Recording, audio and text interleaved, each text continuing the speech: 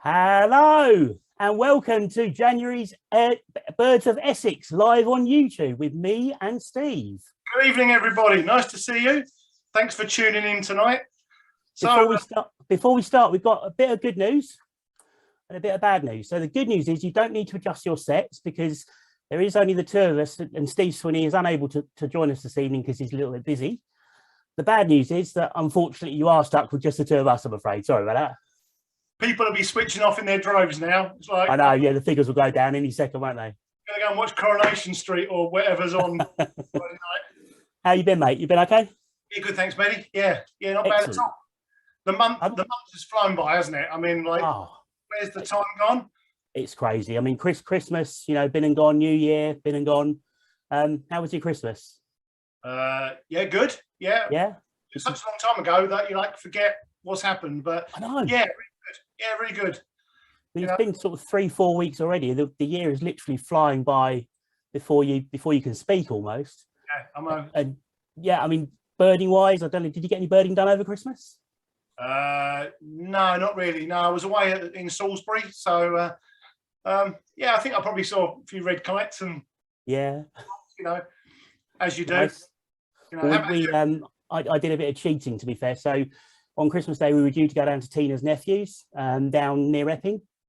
So on the way through on Christmas morning, we kind of had to stop and go for a walk in the edge of Epping Forest, of course, as you do.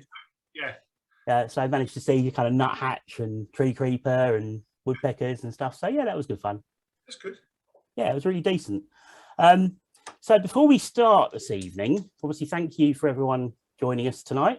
I hope you enjoy what we're about to do. Ben Rumsby last month, I don't know if you remember at the end of last month's show, we had a Christmas jumper competition, didn't we? We did, yeah. And what did we do? We forgot to announce the winner. Yep. So we kind of did record a little piece, which I don't know if people have seen, just apologising really to Ben and recognising the fact that he won the Christmas jumper comp.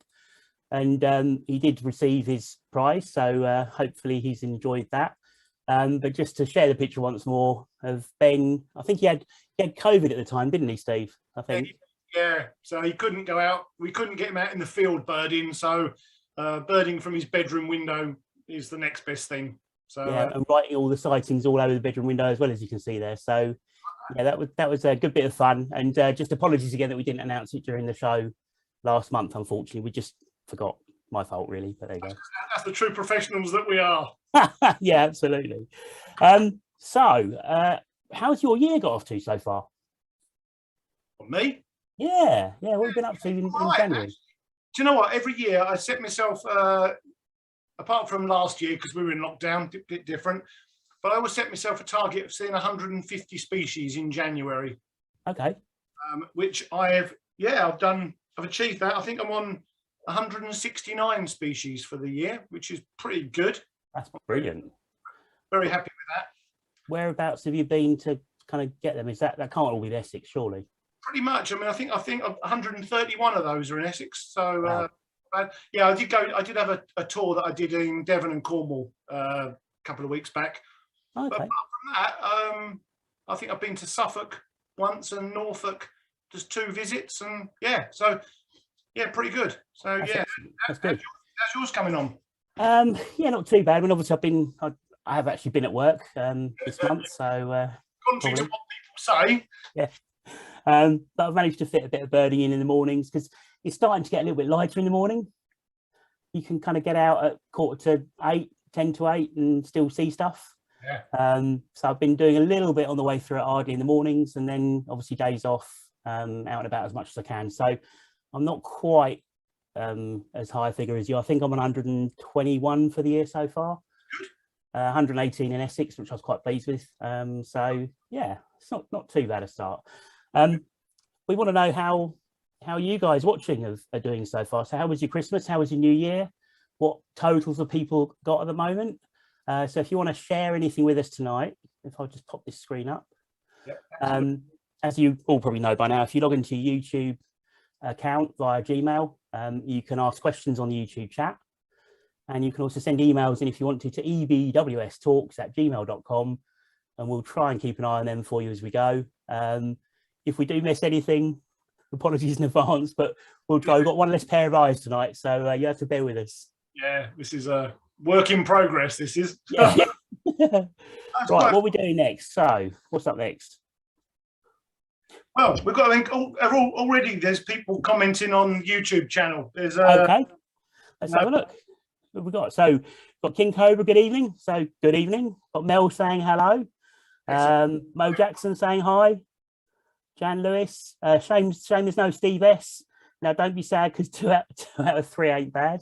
For Meatloaf, poor Meatloaf. A bit early for Meatloaf jokes, isn't it? It's a bit early for Meatloaf jokes, but yeah. What else have we got, Steve? What's that? What else is on there? Spring Watch is on, so. Oh, okay. Right, see ya. So you've either got like Chris Packham and Michaela and all the professionals, or us two muppets. Oh my goodness gracious me, that's hilarious. No competition, is there? Yeah, so loads of people saying hello anyway. So hi to everyone, welcome, and thank you very much for joining in. So we had a virtual talk this month, didn't we, Steve? Yeah, was it a couple of Fridays ago? Yeah, and it was Chris Gibson from Wivenhoe. Yeah, what was he talking about? The wild Menorca. Yeah, wildlife and wild places in Menorca, and it was kind of the birds and the wildlife and flowers and animals, and it was brilliant, absolutely brilliant. He covered the whole like island, and you know, it was really interesting. Yeah, really good talk. And some of the photos are superb as well, weren't they? Oh, absolutely, and it's nice. You know, I mean, although we're all birders, it's nice to see other wildlife, and also Menorca's like a really underwatched island. You know, everyone. Yeah. Mallorca or Ibiza, but obviously that's for different clubbing or whatever. Yeah, but yeah, it was a really good talk. Yeah, and we had a good turnout for watchers, didn't we? It's yeah, we did. And obviously, for those that don't know, we've got a YouTube channel, of course. So there's loads of content on there. All the old Birds of Essex, all the virtual talks we've had so far, they're all on the channel. So you can catch Chris's talk on there as well as everything else. So if you've got a spare half hour and don't know what to do with yourself, then why not tune in and watch a little bit of the virtual talks on YouTube? Yeah, well, and we had our first field trip of the year as well, didn't we? We did, yeah. So unfortunately, due to COVID, we were due to run a coach trip to Titchwell it was the 14th of January, but with the numbers of COVID not looking too great, we just put that on hold. So we did a self-drive trip to Abberton, you know. And normally for our field trips, you know, 30 people is a nice number. But how many did we get? Well, look at that. See, this is a picture that was actually put on Twitter by a chap called Richie Gannon, a really good local birder, and he kindly allowed us to use the picture tonight. Now, he took this from the Layer Breton Causeway, looking back across to the main causeway, and this was, well, I don't even think I was there at that point. So this must have been at, I don't know, 8:30, something like that, probably 22. Yeah. Yeah. How many people did we count in the end? Well, I had a quick count, like about 9 o'clock, and I counted 73 people, like loads of people. So we were reckoning about 85 people turned up. Which is amazing, really. So, yeah. So for those who turned up, thank you so much. Yeah. Well, I mean, as you can see from Richie's shot here, the weather was amazing. The birds were pretty good.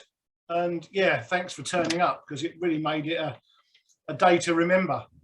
Yeah, I mean, I think probably next time we kind of need like tannoys or something, or megaphones, don't we? Just to like, so everyone can hear us. It was just incredible. There's so many people there. And yeah, it's just a good day, really good day. Nice to get out. Yeah, absolutely. And of course, with like COVID and stuff, I know we keep going on about COVID, but some of these people we've not seen for 6 months, or people, they haven't seen other people, and it's just a great social thing. Yeah. Oh yeah, definitely. And obviously we were all like socially distanced and everything properly. So yeah, really. Yeah, it's just like you said, it's nice to, you know, that we had a lot of new members come along as well, which was really good. Yeah. So it's great to see, you know, new people get involved. There were young people, old people. There was all sorts of people getting involved with society. Brilliant. Our youngest member was there, Albert, who's a grand age of 6. And he was on fire. He was pointing out birds, and he was brilliant. Yeah, it's just fantastic, isn't it? When you get, you know, everyone getting involved is brilliant, but particularly when you get the younger children getting involved, it's absolutely brilliant. Yeah, really good to see. I mean, bless him, he could hardly see over the wall. I mean, it was like, To be, I can hardly see over the wall, mate. So I'd like to say that, but yeah, exactly.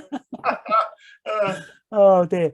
So I mean, obviously for people watching, if you haven't ever come along to a field trip, hopefully you all have, but if you haven't, you're more than welcome to come along. We'll tell you later on in the program what next month's trip is and where we're going. And you don't have to be a member. You can just come along if you want to. The field trips are free to attend unless there's admission fees for the actual reserves themselves. And Steve is normally there to show people where the birds are and explain what they are, and any of the guys there will help, or you can help us if we haven't got a clue what we're looking at. So it's just a really good team thing. It's really good fun. The virtual talks, where do we normally hold the virtual talks, Steve? Or the indoor talks when we do them, sorry. Yeah, so they're held in Chelmsford, normally on the first Friday of the month. So hopefully, well, we'll talk about next month's talk a bit later. But yeah, so they're in Rainsford Road. So virtually 5-10 minute walk from the centre of Chelmsford. And there's parking nearby. So they're well worth to come along as well.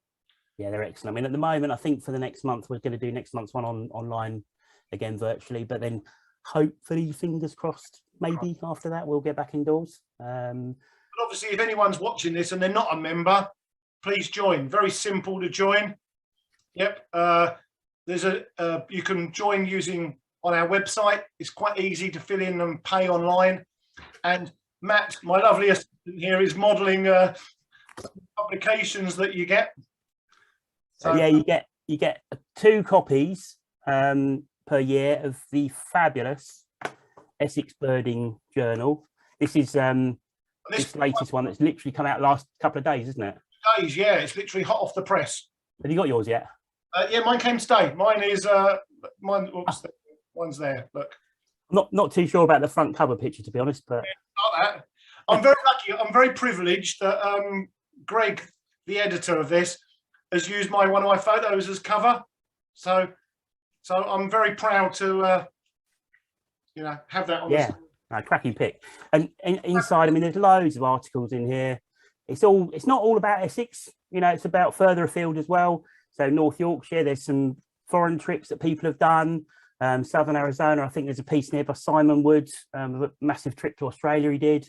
So loads of stuff in here. And like I said, you get this every 6 months. And you also get... the Essex Bird Report. Fantastic. Yeah, and what's this?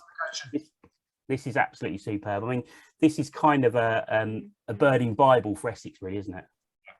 Yeah. So it's got all of the sightings, loads of pictures, loads of articles at the end as well. And these are free with you or part of your membership. So what does the membership cost again, Steve? £16, Matt. You said, yeah, £16. And basically, you get virtually 20 quid's worth of publications. Yeah. You bought the publications separately, they're like £20. So yeah, I think they are. Yeah. Well worth joining.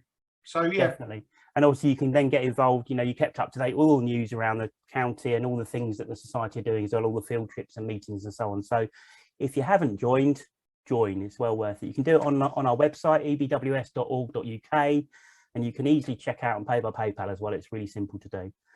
So yeah, please do that. I was just going to say, Matt, and if any members haven't renewed their subscription, now is a good time to do it as well. Definitely, yeah. You'll have Pete chasing you. By joining the society. You definitely don't want Pete chasing you, because that wouldn't end well, I don't think, would it? No, it wouldn't. No, but no, renew if your subscriptions run off. Yeah, definitely. Right. So, well, there was something meant to be happening in August, I think, wasn't there? And it got cancelled. Yeah, I mean, probably most people are probably aware that the bird fair, which has been going on at Rutland Water for the last, I don't know, what's that, 26 years? No, more than that, actually, probably. I don't know, long time. It got cancelled the last couple of years due to COVID. And then I think there was an announcement late last year that it probably wouldn't happen again. But due to the amazing work from Tim Appleton, so he's the Rutland Water top man, there's a brand new bird fair happening in July, and swiftly navigated by Matt here. Yeah, seamlessly, I think is the word. Seamlessly, that's the word. True professional. Yeah, so it's been like rebranded as Global Bird Fair. Matt's got the website up there, which is globalbirdfair.org. They're updating the website as things develop. So, yeah, I mean, it's going to be a cracking event. And it's just outside of Rutland Water now, the Rutland Showground, which is literally 5-minute drive from the usual site, which probably means no mud. Well, that'd be nice, wouldn't it?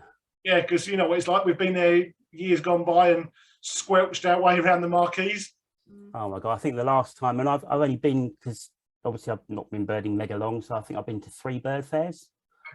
And I can't remember, I think it was the last one, was the really, really muddy one. Yeah, it was. It was horrendous. It was ridiculous. It really was. You're literally slithering around in the field. So, yeah, hopefully, you're right. Hopefully the showground will be, you know, nice and paved and pathed and lovely. But yeah, and they're talking about making it a bit more carbon neutral event using electric, like coach from stations and stuff like that. So, yeah, and I was wondering, I don't know if they're going to be maybe doing some. Obviously, they're not announced yet, but maybe they might do some sort of virtual lectures as well. I don't know. You know, who knows? Yeah, I don't know, but obviously, like in years gone by, the society have run a coach trip in August up to the bird fair, and now we want to know if anyone's interested in going by coach. If you could please, is it contact Jerry Johnson, the chairman? Yeah, if you contact, it's Jerry 2 Johnson, as in the number 2. I was going to kind of print it on the screen, but it's literally, there you go, my scribbly writing, if you can read it. Jerry number 2 Johnson. Yeah, at AOL.com. So Jerry number 2 Johnson at AOL.com. The contact details for Jerry are on the EBS website anyway, so you'll be able to find them on there. If there's enough people interested, then Jerry will try and organise a coach. Yeah. Presumably for the Sunday, was it the 17th? Yeah, 17th, I think. Yeah, we normally go on a Sunday, don't we? So it's a great day out, and yeah, it's well worth considering. Yeah, I mean, I say hopefully we'll get more news in the next couple of months. So watch this space. Yeah, but as Steve said, I mean, if you're interested in doing an EBS event to it, please send Jerry an email, because if you get enough numbers, we'll hopefully be able to lay on a coach, which would be really nice. Be really good. Save you driving, and also there's room on the coach to all your purchases that you. Well, of course, yeah. Your new binoculars, your new camera. You know what? I think the 3 bird fairs I've been to, the first 2, I came back with a scope from the first one and a pair of bins from the second one. It was a nightmare. And the second one, I promised I wasn't going to buy anything. And then I was up there, and there's a deal, and you think, oh, well, it's too good a deal to ignore, you know. If you don't buy anything, you come back with brochures and pamphlets, and you know, you might buy a T-shirt or. Oh God, yeah, it's brilliant. And I think, well, the picture that's, hang on, I don't know if that's going to work, but that picture behind me there, I bought that bird fair. That's one of Richard Allen's pictures, really, really good. So there's always something there to see, but it's also, it's not just that, it's the lectures, and like Steve said earlier on about the field trips, it's meeting people as well. There's people that just meet up at bird fair, isn't there? So it's people you meet from all around the world. So, you know, it's great to just, yeah, it's a great social event. And they used to have a beer tent at the other one, which was quite popular, as was the food and stuff. So I think we've had a bit of feedback. Right, let's have a look at feedback. What have we got? Tons tonight. Oh my goodness! Right, where are we up to? I think evening all for Les was the last one I saw. So lots of people saying evening. Neil's corrected you. It's winter watch, not spring watch yet. Oh, did I say spring watch? Oh, yeah, okay. I was getting a bit previous there, wasn't I? It was like, oh. To be fair, we are actually recording this in the future, so if anyone wants to know what you're going to be seeing next week, just ask, and we'll be able to tell you. All right. Mystic Matt. Mo has seen 106 species in Essex so far this year, and 68 on the farm. Oh, that's good. That's mega. So that's Sunnymead Farm, which is kind of Wivenhoe Alresford area, isn't it? It is, yeah, just outside Colchester, yeah. And yeah, they do some really good work on the farm to support birds. So well done. That's a good total. Ron is saying, hi everyone, I'm staying with this channel. No Michaela Strachan, hooray. Oh, there you go. That's pretty good, isn't it? Excellent, yeah. And King, I'm rubbish, right? I still can't remember. Can you remember who King Cobra is, Steve? I have no idea. King Cobra, if you please let us know your real name. Well, yeah, you did last month. I'm going to write it down, right? Hang on a minute. King Cobra. If I write it down on a piece of paper, and then I'll tattoo it on my arm or something so that I don't forget it next month. All right, promise. So got King Cobra. Finally got another car 2 weeks ago. So been to Abberton a couple of times. Didn't see anything exceptional. Well, apart from the 4 barnacle geese by the Breton Causeway. Okay. Yeah, that's all right. And then lots of other people saying hello. What else have we got on there, Steve? Any other good feedback? Yeah, Pete Dwyer, our membership secretary, says welcome to all new members. And Mick Tracy, our county recorder. Hello, Mick. Just a reminder, which we forgot, make sure you get your 2021 records in. As soon as possible, please. Yeah, excellent. Okay, that's good. Thanks for that, Mick. Brilliant. And those records go towards the bird report. And without those records, Neil Sumner, the editor of the Bird Report, will basically have nothing to do, and we don't want that. So you need to keep him out of mischief. So yeah, definitely. There's a comment on here from someone, Steve Swinney. I don't know who that is. Do I know someone called Swinney? Not sure. But he said he's got family around tonight. So hi, Steve's family, if they are watching. And he said make sure he's checking in to make sure we're behaving. So I think we're doing okay so far, but he doesn't know what's coming later, does he? He hasn't got a clue. And he said, well done to Greg, and all fab articles and great picks. So yeah, I mean, Greg's the editor of the Essex Birding Journal, and he's done a brilliant job. He's been editing the last 3 issues, I think. Yeah, I think it's the last 3, and he's done a cracking job. So yeah, well done, Greg. Really, really good. Right. Oh, and King Cobra. Thank you, King Cobra. Oh. John Peacock. Right. That's nice. Excellent. We're never going to forget that in future. I'm literally writing it down a piece of paper now. That is definitely not going to be forgotten again, I promise. And at least just quickly. Oh yeah, there's Mick Woodruff says about the membership price. So what you get for membership is a no-brainer. So which said. Neil Sumner, the editor of the report, said the 2020 report is on its way. Excellent. So mid-spring. So can't wait to see that. That's bound to be a superb report this year. It's just such a good thing to refer back to. You know, when you start seeing the spring birds come through, or if you just want to check any facts and figures about birds at all, that's always my #1 thing to go to first. Yeah, absolutely, Matt. It's the go-to. I say it's the Bible, isn't it, for like the year at genetics? It's what else? Ron Colson's had his fish and chips now, so now he's ready to. He's got his Essex bird in, so yeah, he's a happy bunny, which is what we like. So what's we up to now then? I was going to say, as long as you didn't use Essex birding to wrap up his fish and chips, then you're all right. Don't do that. You might do that later. So there's talking about, well, Ron Colson lives up in the northeast of Essex. If anyone's based up around that area, there's a new book that's just come out, which is lined up. Yeah, look at this. This is almost like professional. I wouldn't go that far, mate. That's almost.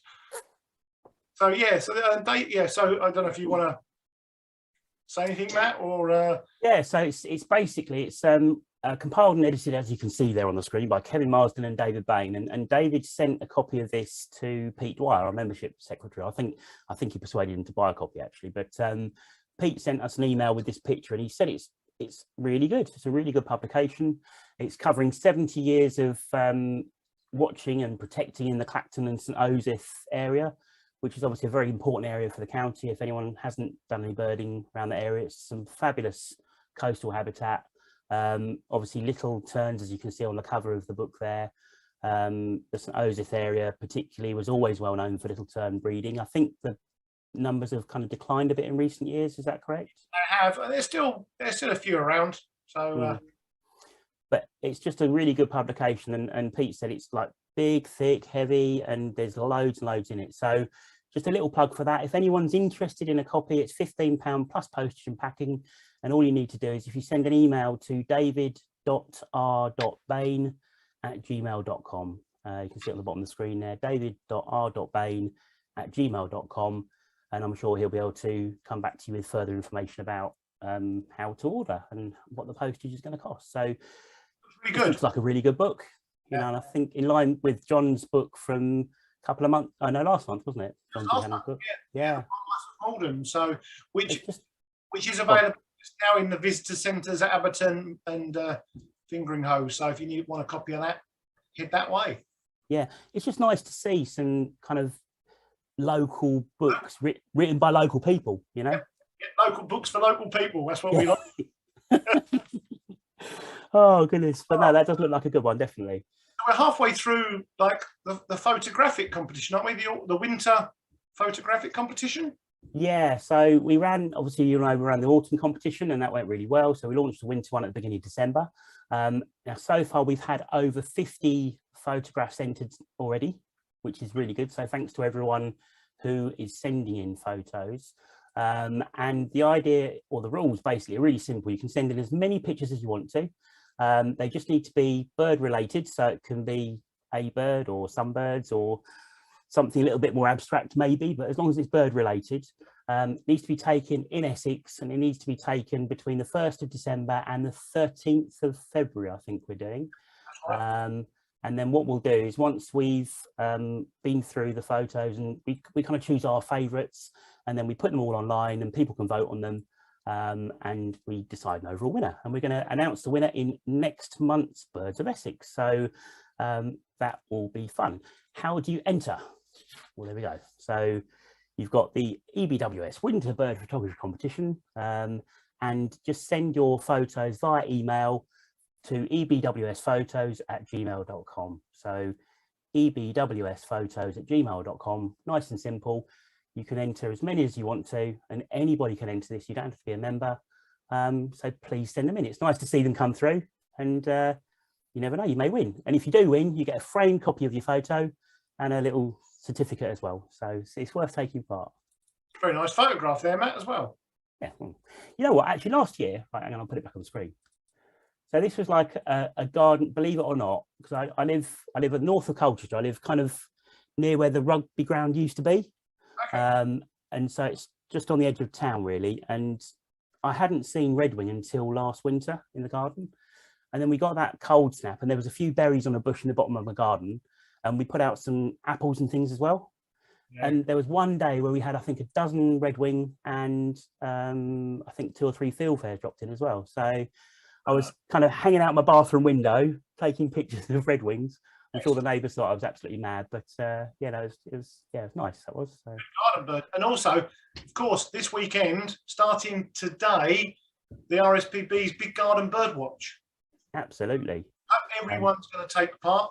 I'm having a go on Sunday because the weather looks a bit better on Sunday. A bit breezy. Yeah, well, I'm actually off on Sunday, so hopefully I might be able to find an hour to take part as well. And I think probably everyone knows how to do it, but if you just Google RSPB Big Garden Bird Watch, it starts today, as Steve said, ends on Sunday, and you literally just do an hour in your garden, or if you haven't got a garden or would prefer to, you can go watch in your local park, and then just submit all the sightings online. So it's nice and easy to do. And it is important because the RSPB do kind of use that data, don't they, to get an idea of what's going on. Yeah, the status of the species. I mean, like you say, yeah, it's a good citizen science project, you know, get everyone involved. You know, and I think, I mean, it's probably a little bit late now, but there's ID charts on the RSPB website to help you ID the species and little tips and things like that. So yeah, it's a great, really great thing. Definitely. Right, so obviously we've gone already. I know, it's mad, isn't it? We obviously asked people to send in photos and bits and bobs, going back to the photo side of things. So it's just really trying to get everyone involved. So put your messages on. I don't know, Steve, I don't know if you want to check the messages, see if we've got anything coming through, and let me see if I can queue up some photos. So we've had a few pictures sent in. First of all, we've got, now these are lovely actually. This is Nick Weston. sent these through. I think they came through earlier today. And there's a little series, so I'll flick through them if it's okay. I was just going to say that on screen. Can you see that?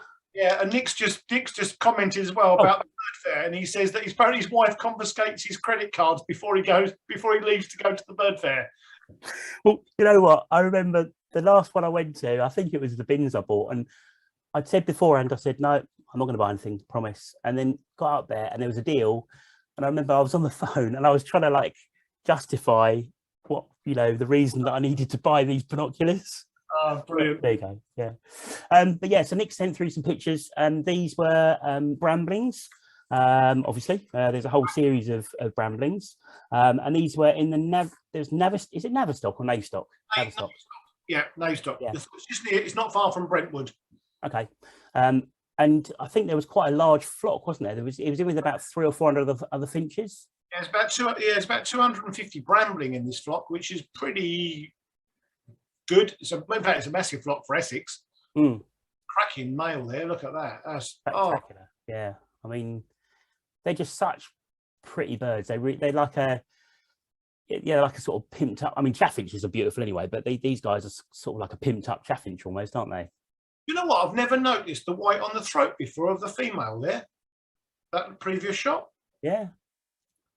I've never seen that on a. Okay. There you go. If that's normal or not? I don't know actually. I don't think there's any other female shots, is there? I think they're males, the other ones. A field guide here. Let's have a.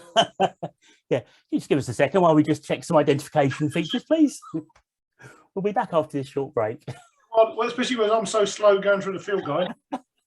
Well, while you're doing that, let me get the next lot of pictures up. So thanks for those pictures, Nick. And yeah, I think anything sort of over 200 brambling in Essex is absolutely spectacular. So really nice to see some of those, definitely. I think I've had one locally on my local patch, so a little bit jealous of that, but there you go. Pete Dwyer, so Pete, our membership secretary, he sent in a picture from his garden nest box, and we have, if I can find it, there we go, a little blue tit. So I don't know if that's, I mean, I've noticed, because where I work, there's blue tits that nest in the side of the building. There's some holes in the building. Okay. And they're known for kind of nesting anywhere, aren't they, blue tits? They nest in, bins and drains and all sorts of places. So would they be prospecting for nests already because it's been so mild? Do you think, is that a possibility? Yeah, potentially, yeah, just checking it out, ready for the forthcoming spring, or also they could, and obviously they do, like, they might roost in there maybe if it's cold. Yeah.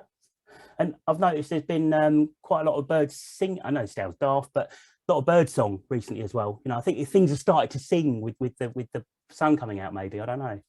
Song thrushes. I mean, a lot of people I speak to have got song thrushes, around their local patches singing away. So, and tawny owls are really active at this time of the year. Oh, well, you couldn't tell me where some are, could you? Because... Well, I'm the same. I've not heard. Oh, sorry, mate. That's just everything just collapsed in the room here. What? I've got like stuff perched. So anyway, before we start this meeting tonight, I had my webcam perched in a suitable position, and that ended up on the floor. So I'm not. I've just lost. I don't think you know this, but I do this on a telly, so it's like a little bit bigger than a monitor. So that's why sometimes I'm kind of doing this. And it looks like I'm mad, but it's because the screen's fairly big. But because the screen's big, if I put the webcam on the top, it's kind of looking down on me. That's what mine. So what I've actually done, I've got an upside down wine glass, and I blue tack my webcam to the bottom of it, and it's kind of in the middle, so it's roughly in the right place. So consequently, sometimes I'm doing this because I can't see around the wine glass. And I look up all the time because mine's above the screen. So, oh, it's hilarious. Anyway, we digress. So we got some pictures. It's completely irrelevant rubbish. Yeah. So these are going to look quite familiar to us, actually, aren't they? Yes. Yeah. And these were sent in very kindly by Richard Chew. And Richard's obviously been down to, well, actually, let me have a look, because he could have been one of the places, couldn't he? So hold on. Redbreasted geese. So he did go down Southwood and Ferrers for the Redbreasted goose. Okay. And what he said on here, he had very good views of it, although for such a striking bird, it was amazing how it could readily disappear amongst all the dark-bellied brent geese. Absolutely. Now, we went to see these birds yesterday. We'll talk about that later on, but it does. I mean, you wouldn't think it could, but when it's in a big flock of brent geese, because it's quite dark anyway, when it's got its head down, it does almost disappear, doesn't it? Yeah, you think that something that colour, that sort of rusty red, would stand out like a sore thumb, but actually, like you said, it just doesn't at all. A lot of the time, I was looking for the white flank marking and the white bars on the wing as well. You know, that was what was standing out. Where'd that last one come from, Matt? Well, the last one, he has actually, he's confessed on his email. He's also attached a much better photo of red-breasted goose, albeit a captive bird, at WWT London Wetlands Centre. Oh, do you know, I just saw that had got a ring on its leg and I thought, yeah. Oh, no. No. Oh, that's right, that's good. Phew. I could have wound you up there and said that was the bird at Southwood, but no. It's always worth checking for rings, especially with these sorts of species, because they are kept in captivity. And I thought, oh no. No, I mean, that one looks like a good one down at Southwood, doesn't it? Yeah, apparently, if you remember back, I think it was probably last month, there were two down on the Dengie. I mean, we'll talk about this a little bit later in our roundup of bird news, but there were two out on the Dengie Peninsula, and this bird that's a little bit in South Essex is one of those birds. So, right. Yeah. So, yeah. And I mean, what is it that makes them kind of a genuine one rather than a slightly more dubious one? So, if you remember back a couple of months, we had Dave Lowe on as our special guest. So, Mr. Brent Goose. And apparently, the two on the Dengie have been mixing with Brent geese that have got colour rings on that were right out in Siberia where the red-breasted geese nest as well. Okay. So Brent goose is a typical carrier species. So the red-breasted geese tag along with the Brents, and then we get them turn up here in Essex. Gotcha. So you've got the Brent geese kind of coming through on winter migration as normal, and then might, if you're lucky, be a red-breasted just. Yeah, they tag along because they're migrating, sort of heading that way. Because there's a lot of red-breasted geese that winter in places like Bulgaria. Okay. You know, there's like tens of thousands, but they might just keep on coming with the Brent geese. So yeah, really. Cool. Okay. Well, if anyone wants to know, because Richard actually also he's got a blog. So I'll just put a quick screenshot up of this because he said we could. So it's SS15 Wildlife Watching. So if you just Google SS15 Wildlife Watching, and he's got a blog on there, and one of the bits on the blog is about the geese and his little trip down to see them. So there it is. It's all on there. There's lots more pictures as well. So only take a few minutes to read through. If anyone wants to Google that and have a read through, I'm sure that'll be quite interesting. And thanks very much to Richard for sharing. And while we're sharing blogs, one of the local birdies in the Colchester area, Glyn Evans, he had a bit of a special day on New Year's Day, didn't he, Steve? Oh, he did, yeah. I mean, it's quite, you know, it's like for all us birders, it's quite typical to head out on, everyone's enthusiastic, you know, we want to get out on January the 1st, try and break that, you know, whether it be 70, 80, could dream of 100 species. Yeah, but Glyn, well, I think he went and smashed it pretty much. Yeah, I mean, I think he must have been up like at 1 minute past midnight or something. I've got no idea, but he got up really early. And what most impressed me was he did everything on foot. So he lives in Wivenhoe. And obviously Wivenhoe is a good area because you've got woodland, you've got fresh water. You can take a walk up towards, you know, the coast, towards Brightlingsea and so on, and it becomes saline. And so you do have a mix of habitat, but even so, he walked 25 plus kilometres. Wow. During the day. I think he just had bins. I don't remember if he said he took a camera. He didn't take a scope that distance. I don't think he could. He had his bridge camera with him. Yeah. Yeah. And in the day, what was his total? It was 105? 5, yeah. I think he got to 104, but then he had a bit of a count up when he got home, when he obviously over a cup of tea or something a bit stronger. And I think it was 105 in the end. I think he'd missed Medgull off. I mean, how can you miss Medgull off? I mean, come on. So again, there's an article on this. If you go onto the Bird Guide's website, and there's an article, if you look under the articles tab just at the top here, and it's called A New Year's Big Day in Essex. So it's written by Glenn Evans. It's got pictures on there as well, and it just describes his day. I've actually had a read through. It's well worth reading, and once again, you know, what a phenomenal effort that is. To see 100 birds in a day anytime is great. To see 100 birds in a day on foot, yeah. In fact, it'd be interesting to know, I don't know, has anyone ever done that? Maybe people can let us know if they know of anyone else that's ever done 100 birds in a day anywhere without going in a vehicle, without just on foot.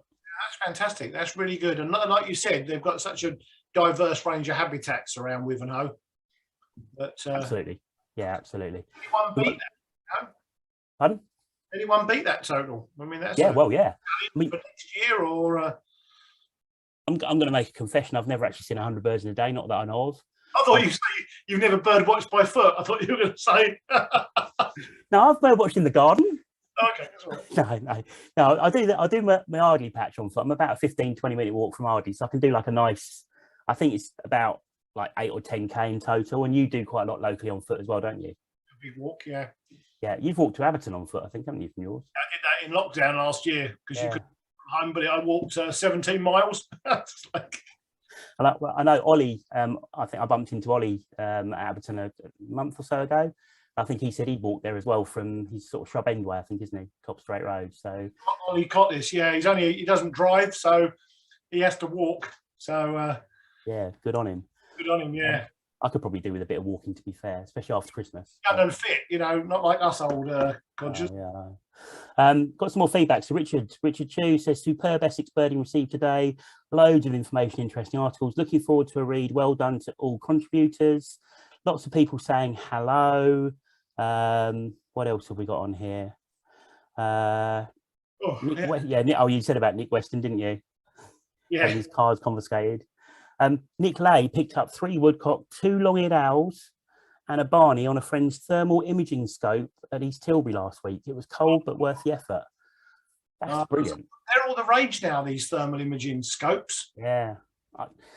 You know what? I think I'd like to kind of have a go on one, maybe see if just see what they're like. But to pick up, I mean, woodcock and short and long-eared owl. I mean, I've still not seen long-eared owl, so. No, I mean, I think I haven't seen it, but on Winter Watch, I think they did a feature on Jack Snipe. People have told me, and they used a thermal imaging camera to like pick them out. Yeah, just a field full of blobs and little, amazing. But sometimes, I was going to say, if anyone wants to buy us one, please. For research purposes only. Yeah, we're happy to do that. Yeah. And we got Richard saying Redbreasted goose was reported at both Blue House Farm and Wallasey today. Oh, okay. Okay. Yeah. I think birds, do you reckon? I think the bird from South Woodham wasn't seen today, but then I think an hour or so later, I can't think the name of the guy, Neil somebody. Oh, what's the guy's name? Neil Murphy. Neil Murphy. He saw a lot of Brents going down towards Blue House, so he went to Blue House Farm and they found the red-breasted goose there. So, and then I assume that the Wallasey bird, the bird from the Dengie, just gone walkabout. Okay. Probably still, I would think. David Baines put a comment on here as well. So hi, David. And he's just put, for anyone interested, the Clacton's Oasis Bird Club history book, £15, all going to the New Nays appeal. Money will be gift aided, so extra £25 goes in as well. So that's brilliant. Yeah, we weren't aware of that. So that's a really good cause, because the Nays is, I mean, there's lots of problems over there with erosion, isn't there? Yeah, huge amount of problems at the moment. So all that money will go towards trying to save the place. And again, great migrant and birding spot. Oh, without a doubt. Yeah, it's absolutely fantastic. Right, we're going to do some ID stuff, won't we? We are. So yeah, because winter time, it's good. We're out on the coast, so we're going to feature tonight. What are we featuring tonight? Grebes and... No idea. I don't know. I don't know. Lost the plot. Grebes and divers tonight. So we're going to kick off with Grebes. So these are all going to be in all the deep Grebes and divers are going to be in winter plumage, because obviously it's winter time now. So Matt's now going to kick off. Drum roll. Oh, am I? Hang on a minute. There we go. Right. Okay. Yeah, brilliant. Well done, Matt. Excellent. Right, can you see that? Yep, perfecto. Cool. Okay. So starting off with little grebes, and these are basically all birds in kind of non-breeding winter plumage. And the idea really is to try and just point out some key pointers on ID. If I miss anything, Steve, can you kind of like slap me or fill me in or do something? So this is a pair of, or I don't presume it's a pair, but a couple of little grebes in their non-breeding plumage. So they kind of, I mean, everyone knows little grebes are like a little dainty, cute looking bird, little fluffy puffball. Obviously the name Dab Chick just, you know, all sounds really lovely and cute. But they're mainly brown. They're kind of a browny coloration, darker brown on the back. They have a brown coloured cap and they have this little short stubby bill and a dark eye. And the back of the bird, as you can see, they've got a nice white tail end. And these two were happy to show me their tail end as they swam away very quickly while I was taking their pictures. But they just, you know, they're really cute little birds, and they have a habit, you normally see them on a river in the distance, little tiny round looking bird, and they'll just kind of blob into the water. They just disappear. They drop in, don't they? So that's little grebe. Now, the next small grebe you've got is Slavonian grebe. Now, Slavonian grebe, they breed up in the northernmost parts of Scotland and northern Europe, and I think into Siberia as well. So you mainly see them in this area in the winter. And this is a very black and white looking bird. So bigger, a little bit bigger than a little grebe. And it's kind of a stocky looking bird. And you've got the sort of whitish flanks, a very clear divide between the pale white neck and the black rear. The cheeks of the bird come right the way round to the back of the neck, and they almost meet, to be fair. You've got a fairly flat crown, red eye. There's this sort of pinkish strip between the bill and the eye, and the bill is again a fairly sort of short stubby bill with a pale tip normally as well. So really smart looking birds. This is the one that was at Hanningfield before Christmas, and again kind of a similar shape to a little grebe, but a little bit bigger, like I said, a little bit stockier, and just the coloration is totally different. And when you see them from distance, they're very much black and white. We've got black-necked grebe as the next species. So this is one that's most similar to Slav. This photo was kindly given to us by Paul Everett. And you can see this got the black and white coloration of the Slav, but it's a lot more dusky. There's not that clear divide. The cap of the black-necked grebe it comes below the eye. So you have this sort of black cheek patch normally. And the bill is slightly upturned as well. So with its peaked crown too. So you've got a real peaky head, the cheek patch, the upturned bill, and just a slightly more dusky appearance compared to the Slav, not quite so black and white looking. And these are a couple of birds that, Steve, you took this picture, didn't you? Where was this one? I haven't got to that yet. It must be. Oh, there you go. Delay there or something. Yeah, these were taken on the River Blackwater. Okay. Years back.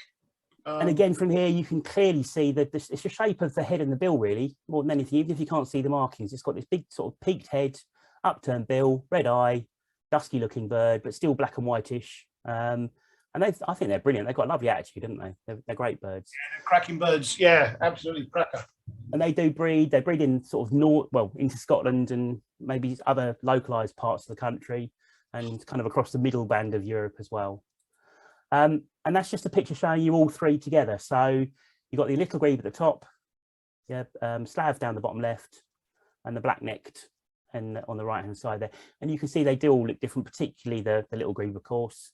But the Slav and the black-necked, they do look different birds. And if you get a good view, they're quite easy to pick out normally.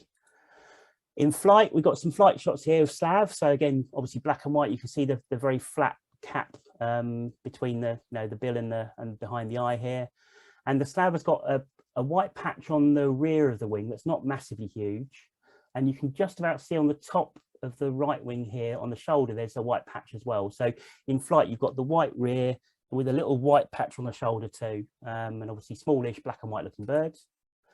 Another picture, again, these are Steve's pictures, showing Slav from a slightly different angle, but again it's that clear cut black and white on the head. And this one, I must confess, when I first saw this picture when you sent it through, I thought it might actually be a black-necked grebe. And then looking more closely, you can see that even though this is molting into breeding plumage, you can still see that the cap has got that line between the bill and the eye and doesn't come down really over the cheek as in the black-necked grebe. And you can clearly see on here that you've got the white on the shoulder of the wing and the slightly smaller rear white patch on the wing. If you compare it to black-necked grebe, and this is a picture of a bird taken at Hanningfield by Colin Shields. So still black and white looking, but dusky, upturned bill and more white on the wing. And it doesn't have that white shoulder patch. So you can see the white on the wing extends into the primaries here. No white shoulder patch. So it just looks a bit different in flight. But obviously in flight isn't always easy. So hopefully you'll get to see them on the deck. Moving on, we've got two more species. We've got the red-necked grebe, and this is the winter bird that was at Abberton for a while before Christmas. And the main features of this bird is it's quite a sort of stocky looking bird. It's almost the size of great crested grebe, not far off at all, but it's shorter necked, thicker necked. It's got a different head shape, doesn't have the sort of cresting on that the great crested grebe does. It has a grey dusky cheek, and it's got this yellow, really sort of strong, almost dagger-like bill.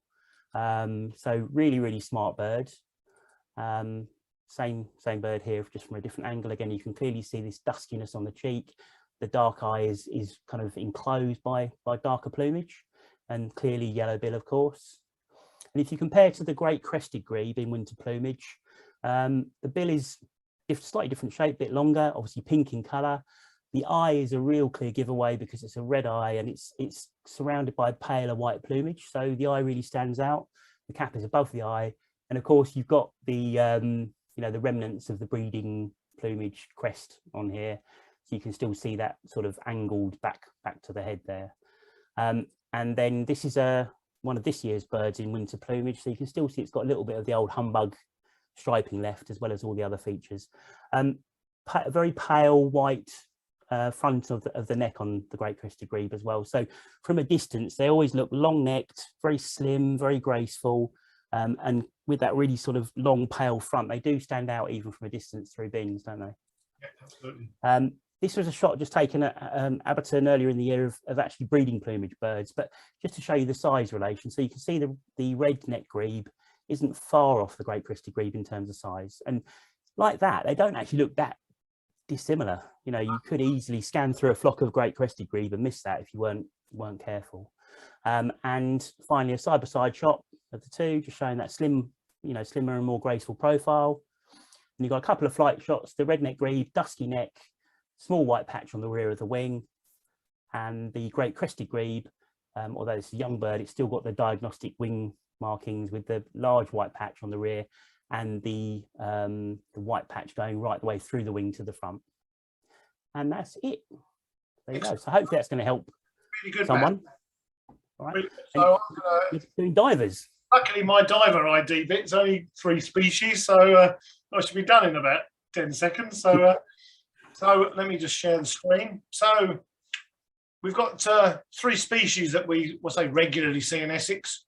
So we're going to kick off with, let me just quickly do that. Yeah. So yeah, we're going to kick off with the smallest of the 3 divers. So this is red-throated diver. And as Matt has just done, these are all in winter plumage. So this is a sort of fair-sized diver. It's smaller than a cormorant, bigger than a great crested grebe. But they tend to be long, thin bill. They've always got this sort of snooty, like they're holding their nose up, like they're better than all the rest of the divers. Spangled, nice sort of spangled plumage on the back, compared with all the other divers, and pretty much quite a diffuse, dusky, sort of the grey comes into the white, and then round the eye we've got this lovely white sort of eye patch and quite a pale bill. And here's just another shot. This one's by Matt. I think it was up at Holland Haven again. But yeah, you can see this sort of upturned bill, so dark eye, greyish neck, and then I say this lovely spangled. It's almost slightly, yeah, like it's been splattered in with white. But and this tends to be common sort of off the northeast coast. The Thames is a pretty good place. In fact, I think also there's been one at Abberton this winter, so well worth keeping an eye out for those. Then we move on to our next species, which actually is probably the scarcest species in Essex. This is black-throated diver. This is one of Matt's shots, so thanks for that, Matt. So this is, again, slightly chunkier, very black and white. It's got this very, we said about the diffuse neck on red-throated diver. Well, this is almost like grey and white. There's almost a clear cut markings between the two colours there. Slightly chunkier bill. It's just a slightly heavier looking bird. But one of the most diagnostic features is this white, what they call the white wheel arch at the back of the bird. So that's pretty, well, diagnostic for black-throated diver. And also on the back, it's much darker. There's not that spangling like you get on red-throated diver or great northern diver, which we'll come to in a moment. And again, Matt, if I miss anything here, jump on in. But yeah, and also we said about the white round the eye of red-throated diver. This is dark round the eye, so it hasn't got this white patch. I don't know if you can see very well there. I'll just zoom in a little bit there and come down. And again, it's lovely black, sort of black white markings. So they say this is the scarcest diver that we get in Essex. I mean, one day we might have better add white-billed diver to this IP guide, but nice. yeah, not yet. I think it was Simon Wood's next record. You know, it was the next species we were going to get on the Essex list was white-billed diver. So yeah, you never know, might happen. And then this is the largest of the three divers that we get regularly in the winter. This is great northern diver. It's a big bird. It's just, you know, the size of a small goose, brink goose sort of size. Got this whopping great dagger of a bill. And look at the head. It's got this lovely, like, a lump on its forehead, like it's just walked into a brick wall. And it's got a little bit of scalloping on the back. The young birds tend to have scalloping on the back, whereas the adults in the winter plumage tend to be quite sort of plainish, sort of grey brown. And if you can just about see here, it's got this like white little notch on the neck there, again, which is sort of pretty much diagnostic for great northern diver. And these, you know, can be found all around the Essex coast, especially off Mersey, Tollesbury, Malden, the Blackwater, and that sort of area. And it's just another shot. This is one that I took from a boat a few years ago. Again, showing that lovely sort of lump on the forehead, and I say big sort of dagger-like bill. And again, you can see the notch coming through here on the neck. So that pretty much covers our three divers tonight. So which one's your favourite? Do you know what? I do like Great Northern. They're just big, lumbering, and I love that they love eating crabs. So if you're around the coast, they often, low tide or high tide, they catch crabs and just devour, like, only small crabs, but, you know, whole. Fantastic. Yeah. I've always thought, like, I mean, yeah, I think red throats are really graceful. But yeah, Great Northern, it's just, yeah. I mean, when you see them from distance, they kind of sit on the water, don't they? It's like they own the water. You know, they're a real big bird on the water, yeah. They often sort of lift themselves out and flap. Yeah. So we haven't given my talk a plug yet, but next Friday, there might be some more pictures like that in the talk. There you go. Right. We're going to have a break, I think, aren't we? A little bit of a break to go and get a cup of coffee and stretch legs. So a couple of minute break to grab I think 2 or 3 minutes. So I'm going to play a little video while we're doing that. So we'll see you in a few moments. Thanks for watching and see you soon. Wow, do you know what? I had no idea you could play the violin. Well, I mean, to be fair, you know, I know Steve Sweeney was immense on the guitar, but I get embarrassed when people watch me playing, so I had to do it behind the video. You know, I can't do it in public. I'm sorry, but it's down there, and yeah, thanks for that, mate. It was fine. Oh, brilliant! Right, catch up messages. So we've got people saying about the thermal imaging camera. Ron says Jack Sniper been seen at Hythe Lagoon. So yeah, we're going to cover that a bit later on, briefly. But thermal imagers, I think, yeah, like you said, Steve, they're great for picking things out like that. And Les has said they're very, very impressive. He doesn't own one yet, but he was able to use Nick Weston's.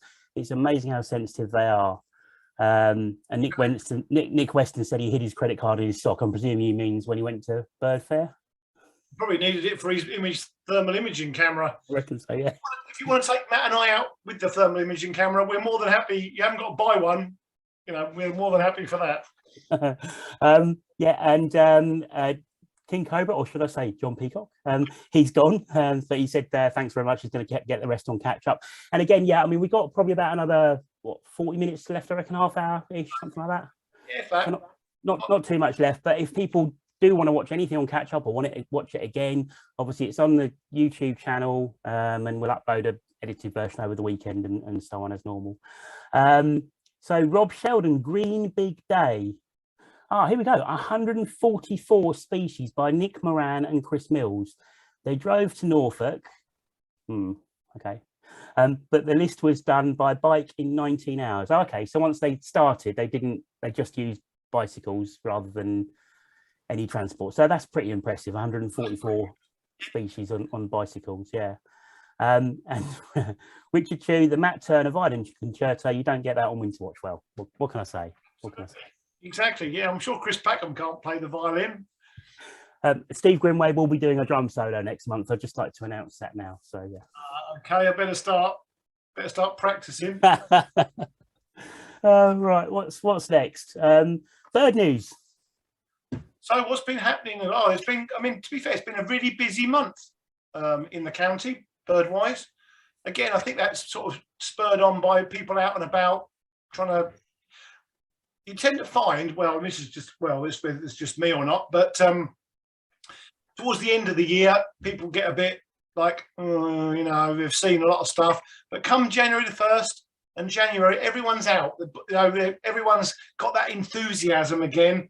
And I think it's shown throughout the county in the last month because there's just loads and loads of sightings. So where are we going to kick off? Do you want me to do the south of the county? Yeah, go for it. Yeah, please.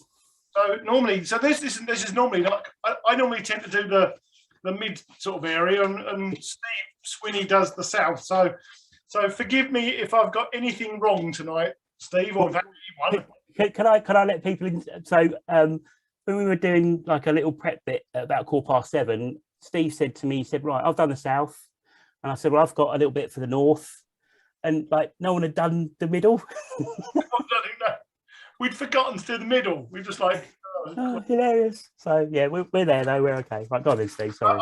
I've got a bit of paper here, so I'm just gonna flick through a few bits. It'll be quick and short. So Rainham Marshes. So there's been a Dartford warbler there for several months now, and that's still there. In fact, I'm going to put it on the screen so I can read it. My camera's gone. Don't worry about that for a minute. So what else have we got? So we've got barnacle geese there at the moment. There's been a couple of pink-footed geese. In fact, I'm just going to read it. Spoonbill. There's a couple of ravens. In the woodland, we've got 2 firecrest, which is a good wintering sort of species. And then on the Thames, we've got yellow legs and Caspian gulls. So they're a normal. You expect to see those this time of year. Water pipit and jacksnipe on the jacksnipe theme. Moving along the coast a little bit, East Tilbury, the old dodgy white stork still there. We can say that with Steve not here tonight, can't we? Yeah, you mean you can't, you know, it's out of a cage, so you can't ticket it and all that stuff.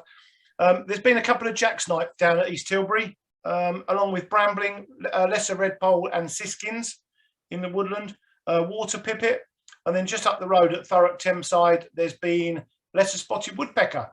Nice. That's in the sort of Golden Gates. I think that was Paul Larkin, I believe, saw that.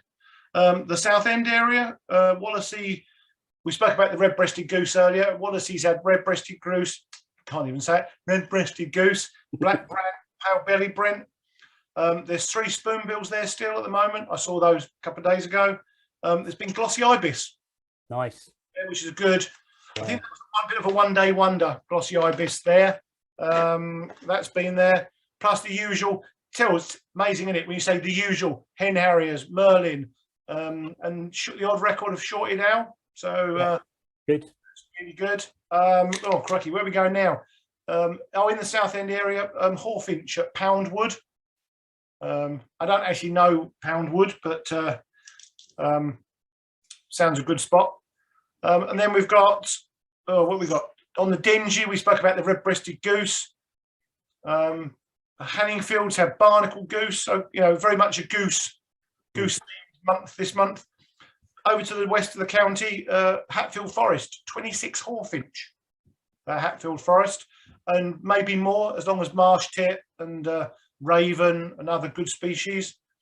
Navestock we mentioned, 250 brambling. So again, phenomenal total there. What else have we got? And then Danbury, so sort of mid Essex now. They've got up to 27 Hawfinch there. So it's Blake's Wood, National Trust wood. Matt and I went there yesterday. Cracking woodland. We only saw 21 Hawfinches yesterday, but there's 2 lesser spotted woodpeckers there, male and female. Firecrest, siskins, loads of stuff. And then what else we going? Blue House Farms had red-breasted goose.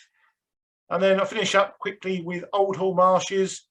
There's a wintering wimbrel knocking around, plus red-throated and great northern divers, which we've mentioned earlier. Shorted owls, hen harriers, quite regular at the moment, as well as cattle egrets roosting near Abbott's Hall in the evening. And then today, snow bunting. Yay! Seen on the northern side of the reserve somewhere, not quite sure where. That was reported on the Birdwatching Society website this evening. So a bit of a whistle stop. Whistle stop. Well, I'll take over with what have we got? So up in the sort of northern part of the county, there's been black brant kind of regularly through the month at Mersey, with 2 on the 19th. Also on Mersey, I don't really want to talk about this, but we had a velvet scoter that's going to be coming up in some pictures we're sharing in just a few moments. And the velvet scoter was seen from the 29th of December to the 13th of January. No prizes for guessing what date I tried to go and see it, the 14th of January. So I managed to see it on the day that it wasn't seen, if that makes sense, or I went to try and see it on the day it wasn't seen, and it's not been seen since. So I'm taking full credit for scaring it off. Holland Haven, we've had white-fronted geese. We had a handful through the month, and then the last few days has been 40 there, which is nice. Also at Holland Haven, regular purple sandpipers, which I think we said last month, it's well known for perps. There's been sort of between 1 and 5 there pretty much every day through the month. There's also been a Dartford warbler on and off since, I think, around Christmas time. Don't know if it's been seen for a few days, but it may well still be around. It's been around the golf club area, the golf tee area, so it's worth looking for. We've had at Colne Point, Chris Belchin out there, his territory. He's had up to 10 grey partridge, which they're not an easy bird to see in Essex, are they? Not at all. No. So they're always good to see. Also at Colne Point, we've got the Siberian chiffchaff, and the Sib. I'm just trying to think. That's been. Was it Chris that actually found that one? Chris, or back in early December. That's been there. It's been on and off for a few months now by the sewage works. So Siberian chiff. I mean, what does that? I've got a picture actually of it here, if I can share it quickly, because Sean Nixon's taken this fabulous picture of the Siberian at Colne, and they're just like a grayer. There you go. Should be able to see that. Yeah, they're just lacking that sort of olivey tones. Yeah, it's like just grey, isn't it, really? Yeah, it's very washed out. You still got that yellow in the wing. It's just very sort of pallid looking, And they have a different call as well. It's more of a sort of a steady tone call, isn't it, rather than a wheat call like the chiff. Yeah. If you can get a photograph and sound recording, best way, because you get lots of these sort of intermediate looking chiffchaffs, which you need to hear them call to get them definitely for Siberian. But that's a cracking photograph. Beautiful shot, isn't it? One of the best pictures of Siberian chiffchaff ever taken in Essex. I mean, and Sib, it's not a separate species, is it? It's a subspecies. No, it's just a subspecies of common chiffchaff. So at the moment, but that'll probably probably all changed, but there. I mean, everything's changing. Redpoles are becoming one species, and yeah. So we've had they've been at the Nays. If I can just try and get the pictures up, which I've got. So there's some lovely pictures that have been put onto the EBS website by Brian Combs. And while I'm just getting this on screen, thanks to everyone who puts pictures on the website, by the way. It's always nice to see pics. So please keep doing that, as well as all your sightings. I think the sightings and pictures on the website have gone through the roof in the last sort of 6 months to a year. So a combination of, you know, people getting out and about and just getting involved. So yeah, thank you very much for that.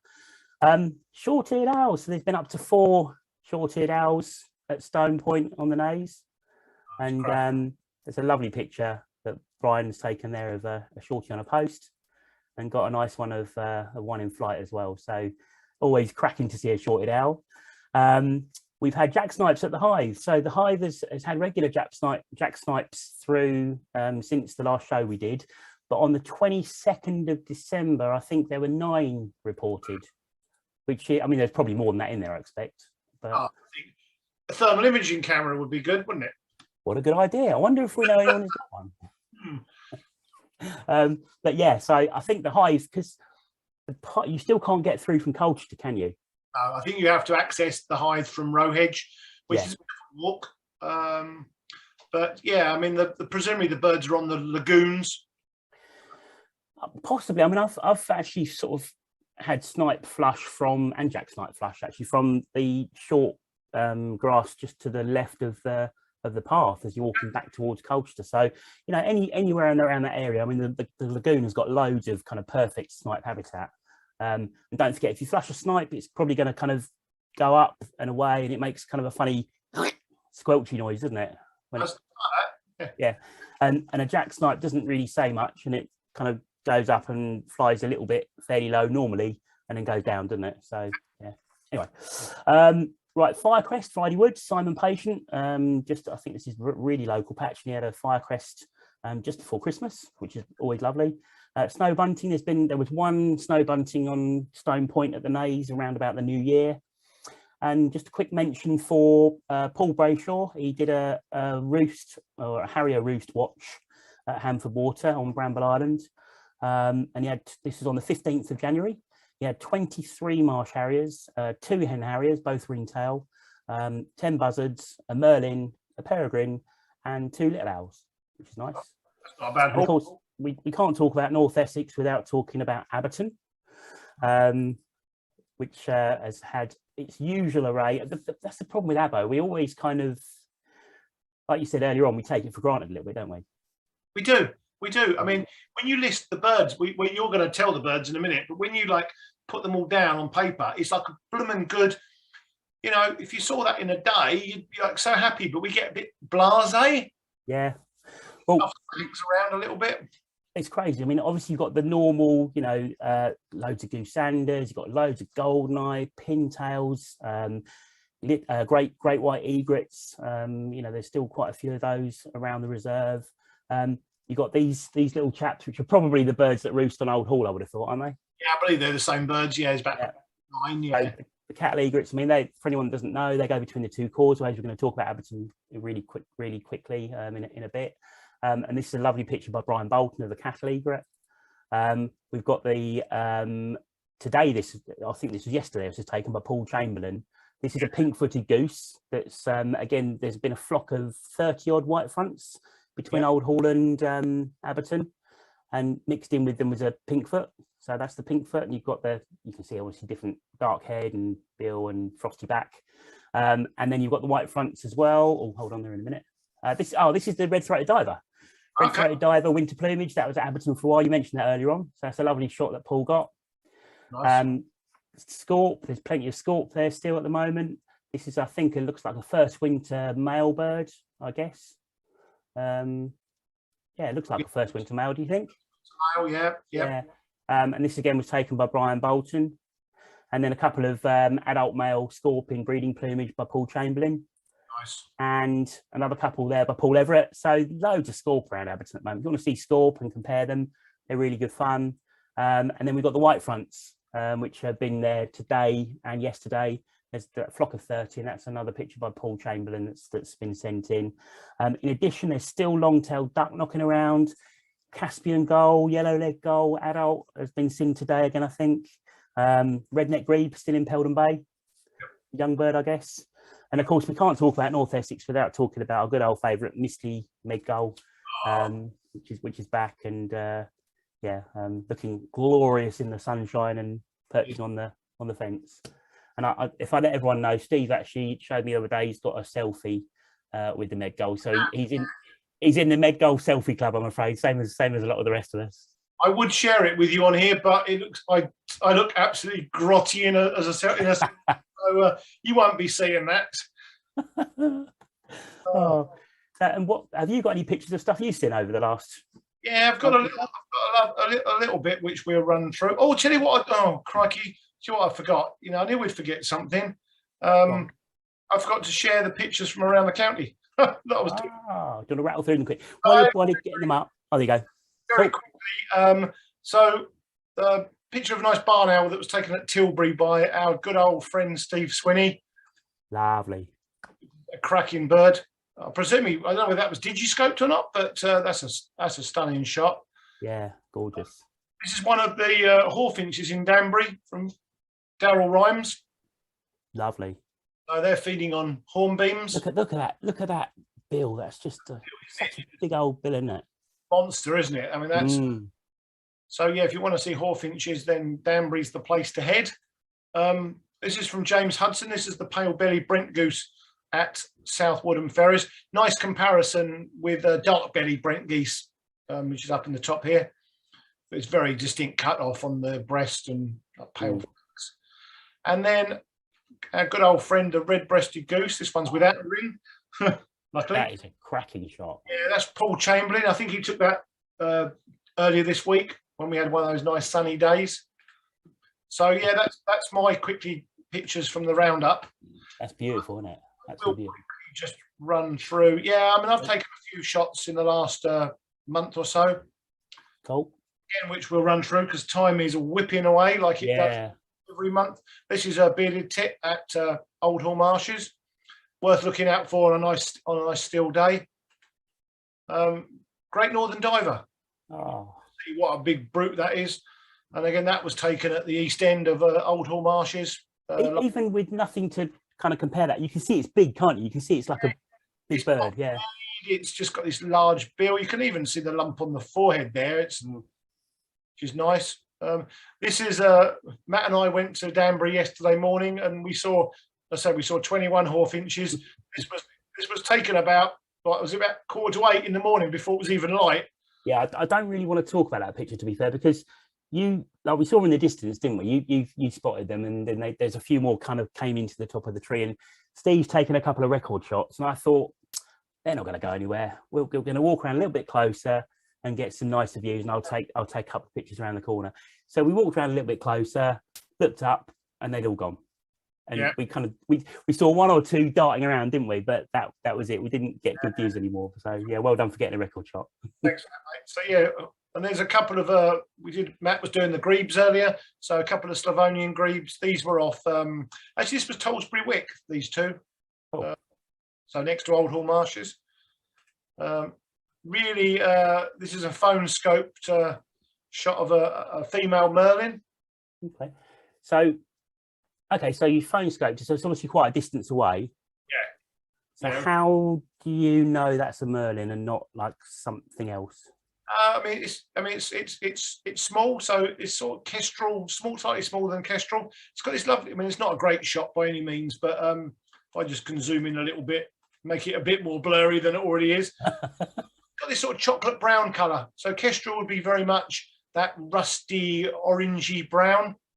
Mm-hmm. It's got a little brown, you can't quite see there, but it's got a little brown moustache, and it's got like a heavy sort of chestnut sort of barring on the belly and chest, and quite a short tail. But that was a long way away.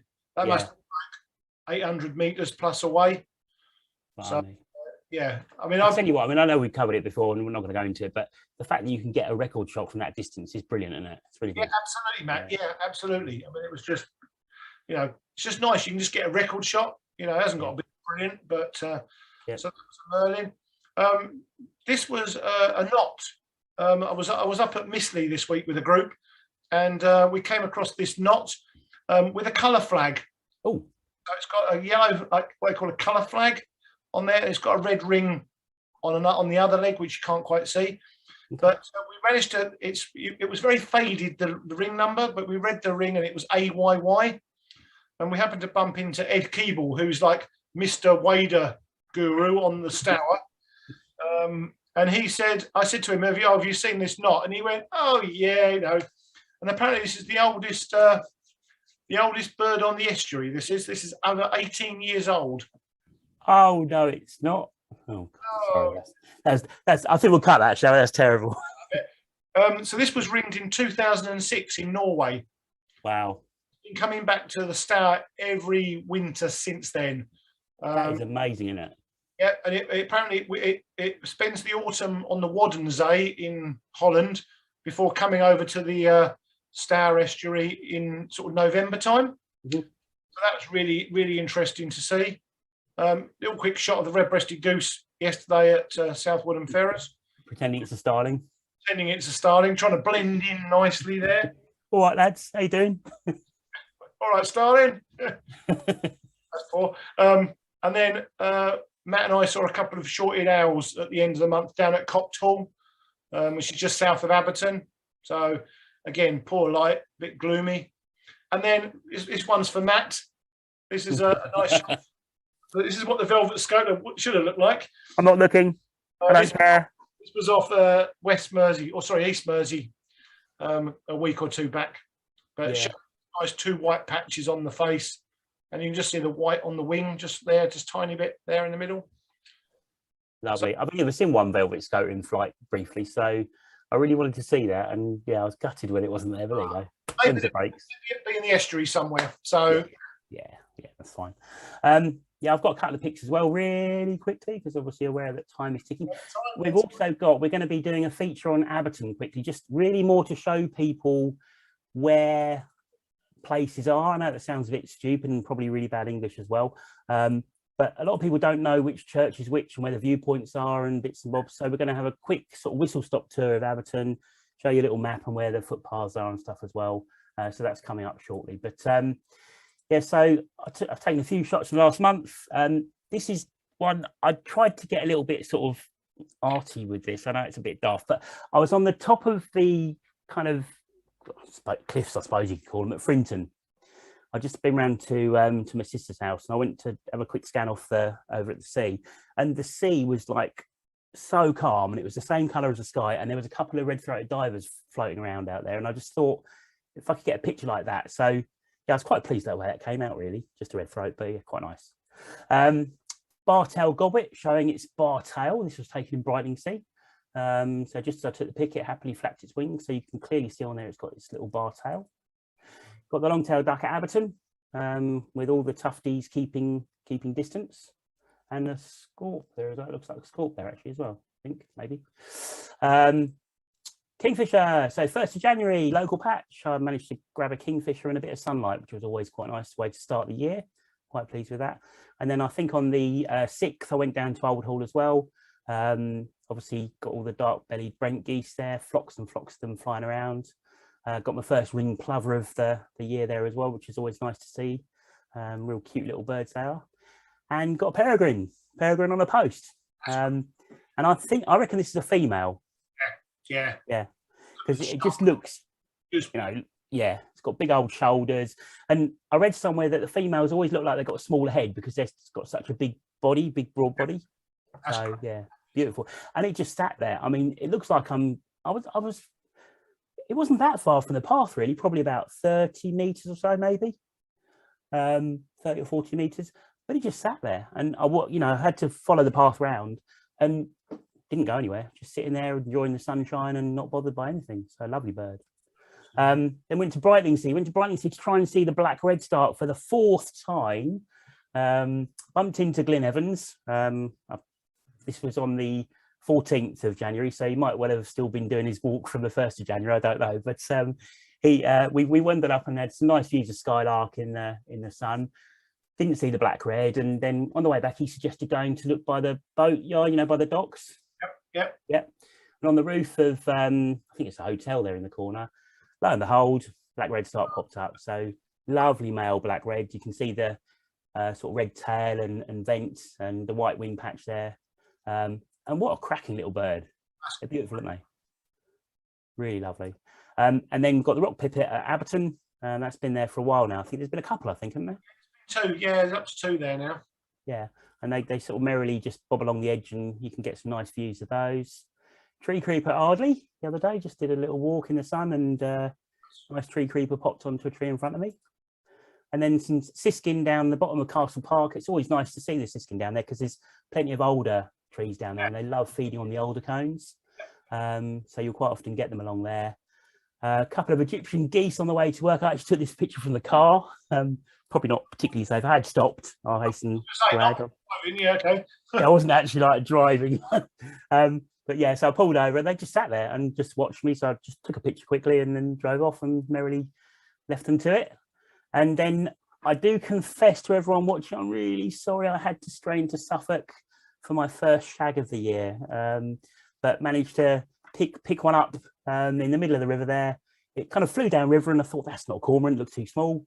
And it was gave me the pleasure of landing on a buoy and got some nice distant record shots of it. Really smart bird.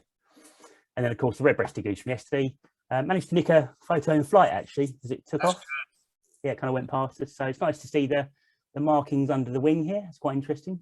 Yeah, nice. And then just the black brant as well from South Woodham too. So that's me done.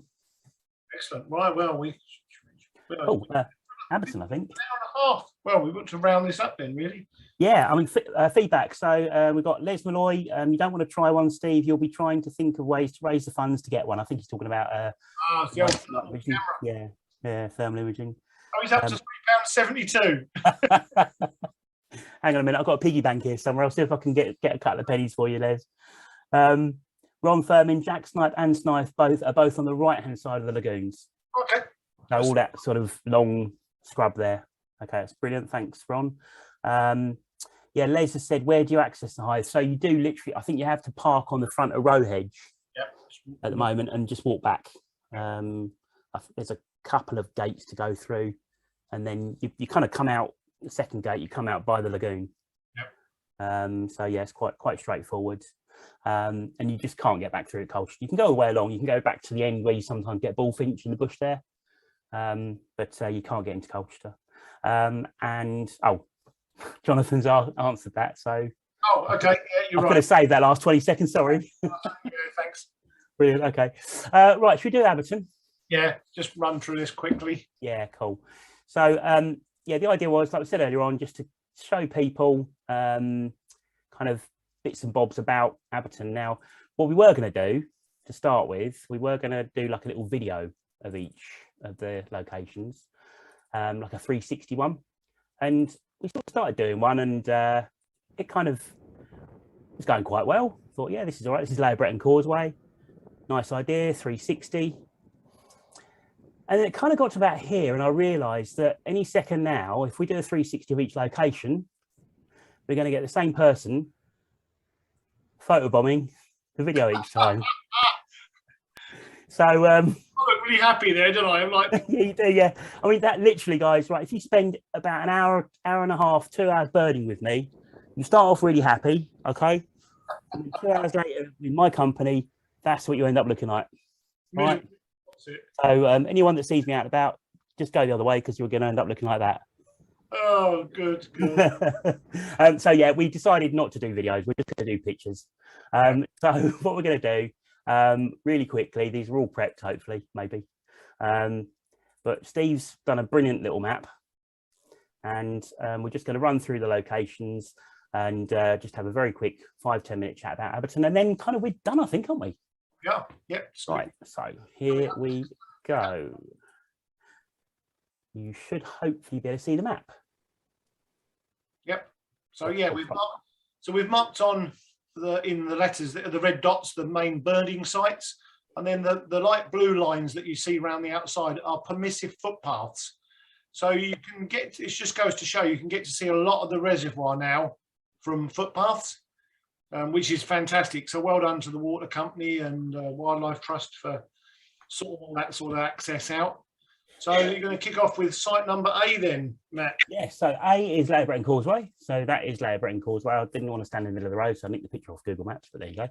And Abberton is the westmost causeway. It's the oldest kind of causeway, I think. The view back across to the main causeway is this one here. This is the view that Richie Gannon had of all of us stood on there with his zoom lens, obviously. These were all just taken with a wide angle lens to show you the idea of what you can see.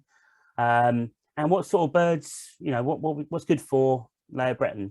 It's good for ducks. I mean, it's great for, I mean, obviously it's great for cormorants. Cormorants nest in the trees either side that you can see there, left and right. Yep. It's great for diving ducks. Good for smew. Certainly smew there at the moment. First winter male smew. Yeah, and obviously when the water level drops, it can be quite good for waders around the outside. But this is always good in the looking east in the afternoon if it's a sunny day because the sun's behind you. Mm. Yeah, I mean, to be fair, we didn't take a picture of the west because it was really strong sun and it just wouldn't have come out. But so west side's great in the morning when the sun's behind you. East side's better in the afternoon. So cool. Geese are kind of there at the white fronts like this area, don't they? Yeah, of course, and the white fronts and the pink-footed geese are often on this area. So if anyone wants to go and see them, hang around the Abberton Causeway, you might get to see the white fronts and the pinkfoot. And in dusk, if you're ever at Abberton at dusk, do yourself a favour and just stop at Abberton. Yeah. Because you'll get the corvid roost, all the rooks and jackdaw. I mean, there must be 5,000 jackdaws, I reckon. Yeah, or if you can't do evenings, early mornings, good as well. First light. Yeah, yeah. Roost is excellent. Yeah, but the corvids are just spectacular and the noise is amazing in that. Well worth seeing. Right, so we're on to B, and B is the Layer de la Haye Causeway. So again, often people don't know which one's which. So Layer de la Haye is the furthest east. It's the newest causeway. It's got the new kind of raised embankment here for viewing and water retention and so on and so forth. So if we look west, you're looking back towards Abberton Causeway. And if you look east, you're looking towards the pumping station. You can just see in the distance there. Again, these are taken with wide angles, so things are going to look a bit smaller. And if you kind of just look to the left of the pumping station around a bit, the pumping station's over there now. You've got the visitor centre, and the actual reserve is this area of land here, which we're going to cover briefly in a second. So what's there at the moment? Again, I mean, that's great. The Scorp have been off the east side of the Layer de la Haye Causeway, as well as long-tailed duck. It's been really good the last few months for great white egret. Especially the pike-eating, the one that likes to eat pike. Yeah. Great for waders as well. At the moment, the water levels are starting to go up the last week or so, but there's still quite a few black-tailed godwits, and there's red shank. The rock pipits love this causeway. It's got a very shingly sort of bank to it, so they love picking amongst the rocks. Oh, what else? You might get grey wag, won't you? Grey wagtail on there. Yeah. Red shank, good for. Yeah, and obviously in the spring and summer, this is the area that the oh my goodness, little ring plovers, sorry, LRPs. And they love this area. They quite often breed successfully at Abberton, don't they? So always good to look for them as well. Right, C, got the main reservoir here. So the main reservoir, to be fair, we didn't have time to go on there to take pictures yesterday. The idea of this, we were going to meet at sunrise and we were going to do a whole tour of Abberton, take loads of pictures and bits and bobs. And then the night before, Steve texted me and said, do you fancy going and finding hawfinch and red-breasted goose in the morning? So basically 7:30 in the morning, we were kind of down in the woods at Blake Woods, isn't it? Yep. Yeah, looking at the hawfinch. Then we went red-breasted goose. So we didn't actually start Abberton until about midday. And I had to be home for 2. So it was a whistle-stop tour. We didn't go onto the reserve, but we've nicked some pictures from their website. So you've got the main visitor centre, everyone knows. The hides, you've got, this is Hyde Bay Hide, which is the one to the north. So if we go back to the map really quickly, that's Hyde Bay just here. This one over here is Island Hyde. And then the one to the south is Gwen's Hyde. And then that's where the visitor centre is. So you've got sort of 4 features on there. Visitor, Hyde Bay Hyde, which looks over the Hyde Bay area. Island Hyde that looks east towards the pumping station, and Gwen's Hyde that looks north So I guess what time of the day to go to these hides? Yeah, so well, Gwen's Hide looks south. Oh, south, sorry, south. Yeah, so really not a great idea to go to Gwen's Hide if it's sunny because you're looking due south during the day, but overcast it's fine. I mean, Hyde Bay Hide's great all times of the day because it looks north. And then again, Island Hide's probably better in the afternoon when the sun moves around a little bit. But great, they just give you that open water aspect. So great for golden eye, long-tailed ducks have been seen. Buick swans have been knocking around sort of from Hyde Bay or Island Hide. And if you're going to pick up a winter grebe and maybe a black neck grebe or a slav, then again, you know, Hyde Bay or Island Hide, really worth scanning that mid-distance water because you just get that extra view that you can't get from the main causeway. So yeah, you can pick out these little tiny birds if you're lucky, and they do like around by the pumping station, don't they? They do, and they're also it's just that deeper water they like, and the hides are really big and spacious, so you know plenty of room inside. Yeah, raining. Good stuff. Right, that's hides. So D. So D is billets. So for anyone that doesn't know where billets is, it's got a big letter D hovering over it when you're driving along the road. And it hasn't really. Billets is just south of the main La de la Haye causeway. And again, good old Google Maps, you've got a sign on the right hand side and literally just turn in here. As you turn in here, there's a car park immediately on your left after you turned in. Park in here, free parking. There's a gate just over in the corner here.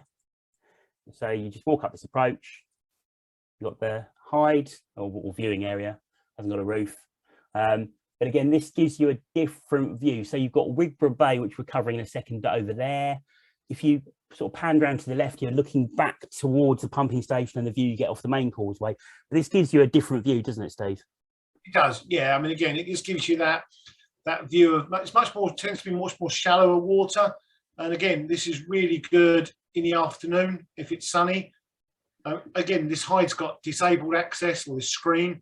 So there's a ramp up to it. So, you know, if you love picture the ramp. There you go, there's the ramp. Just be careful if it's icy or wet, that ramp is a bit slippery sometimes, just to be aware of. There's been some good, but I mean, the red-throated diver was off there, wasn't it? It's a really good place in the spring for things like Arctic tern, little gulls. It's good for waders. I mean, in the autumn, it was brilliant for little stints and I can't remember what else. Was there pectoral sandpiper there? I think that was up more towards Wig, but I think it might have come along this bit as well. But I mean, I had my first ever Bonaparte's goal here. Do you remember that New Year's Day 2 or 3 years ago? Yeah, we were watching black-throated diver, remember? And swallow flying around at the same time. Bizarre. On New Year's Day, there's a swallow flying around out here, and there's a black-throated diver on the water behind. So always worth a look, billets. You know, if you it might not seem like it because it's a short distance, but you do see different things from there, definitely. Right. Oh, and of course, it's the best place on the reserve to see chicken.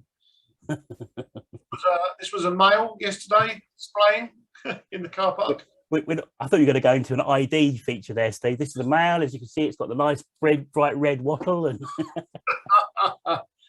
oh, sweet little thing. Right. Anyway, E. So E is Wigborough Bay. So I guess this is Wigborough Bay itself here because Wigborough's down here somewhere off the map. And Wigborough Bay, I haven't got a picture of the road, but basically as you're driving south past Billets, there's a lay-by on your left by a little kissing gate. You can park in there. It's always worth having a look over the road because you can just look over this gate and this field. You can see on the right-hand side, there's a flood there at the moment. I mean, there's been things seen. There's been water pipit in this field in the past. There's been little ring plovers in there in the spring. What else has there been there, Steve? It's a really good place to see geese. Yeah. Been bean goose there in the past few years. The waterfront's quite like these fields at the moment as well. Either the causeway or these fields. Cool. The grey partridge has been seen in there in the past as well. So always worth having a quick scan. It only takes a few seconds to just have a look and look at the post as well. You might get a raptor or something if you're really lucky. Wigborough Bay itself, so you go through the kissing gate down a slightly muddy path. You need to get some boots on, but then you get into this field here. This is kind of a sheep field.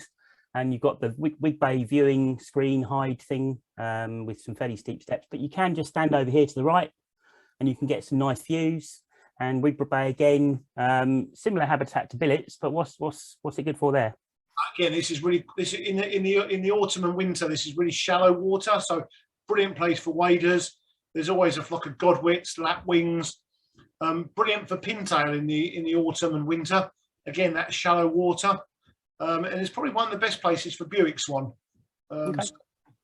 And on our EBS field trip a couple of weeks ago, there was 120 snipe, minimum of 120 snipe. I think Simon Wood had 160, I think, on this lagoon. That's a phenomenal sight, but you know, again, well worth a watch. I mean, I've had, I can't remember how many it was, 20 or 30 green shankle around the edges at one point. That was a year or two ago. You get golden plover there during the winter sometimes mixed with the lapwings. Pectoral sand, that's been seen on here last year, I think. Yep. So yeah, again, another really good area. And hen harriers. You sometimes get a hen harrier flapping around, or peregrine, won't you? It's a good place for raptors, yeah. Hobbies in the summertime. The hobbies will be hunting dragonfly over here. Had a couple of them last year, hunting dragonflies. So really good area, good place to watch. Slight word of warning though, a bit of health and safety. As we were leaving the Wig Bay screen area, Steve tripped and nearly fell flat on his face in the mud on this rather dangerous looking clump of grass. So please beware anyone going there of this nasty looking clump of grass. Okay? It was the only clump of grass in the whole field and I almost tripped over and broke my neck. Anyway, right, moving on. F, where are we? So F up here. Now this is where a lot of people do get the churches mixed up, and to be fair, I often do as well. So F is Layer Church, and I just remember it because it's near Layer Bretton Causeway. G, which we'll come to in a second, is Abberton Church. So Layer Church, this is looking back down towards the reserve. The reason I've put this picture in here is there's a little, you can't quite see the sign, but this is a public footpath. And this is one of the public footpaths that's on Steve's map. So this is this public footpath here, and you can actually follow it through. You can kind of walk right the way around behind the pumping station, kind of, right round through the fields, behind the dam, and you can come out kind of at the other church and even walk right the way around through to Peldon Bay and Lodge Lane. So that's how to find that, just by the church. Church itself is, just look back at the church, and you can park kind of in here or just outside. Don't block the gate. There's a gate leading south towards the reservoir. Please don't block that. Allow access to that because the water company needs to get through.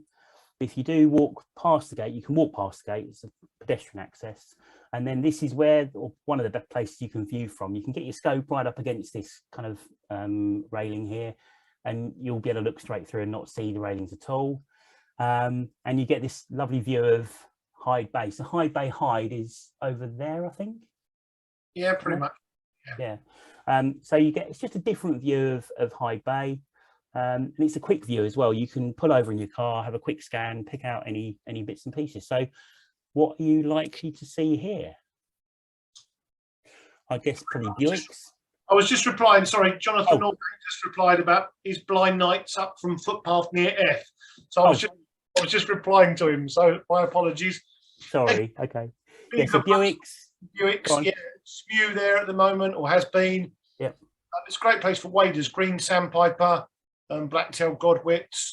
It's just good for greater dabbling ducks, widgeon, teal, shoveler. Yeah. Of course, you've got a nice big pylon in the middle here as well, so that's always worth a look for peregrine. Absolutely. Quite often you'll see a peregrine sat on there, or maybe kestrels. And if you're really lucky, you might even get a raven. There's been one or two flapping around Abberton for the last year or so, on and off. It's always worth looking for big crows. And marsh harrier. Yep. You quite often get marsh harrier across the bottom here. So yeah, really good area. Right. Oh, that's a slightly better view of it. There you go. Sorry. So again, you can see right round, past this is obviously all the reserve here, of course, looking from the other end. So you can turn raft just over here, loads of stuff. And there's some pools, you can't see them, but if you look to the left, there's some little pools there. And in fact, when we went there, when was it? Yesterday. There was Buick swans on there, wasn't there, yesterday? Yeah. So well worth a visit.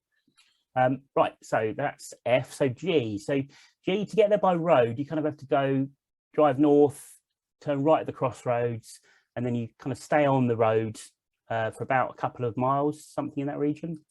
And you will eventually find, if I go to this one first, so you'll be coming along this road from the reservoir, and then you've got this kind of fencing and hay and log place on the corner. The road is Rectory Lane, and there's a white church sign saying Abberton Church. So you just turn into there. Abberton Church itself, this was taken from the other side of the reservoir, but different church. And this is the viewpoint area, which we're going to look at in a second. And you're going to be walking down here. So you can park by the church, of course.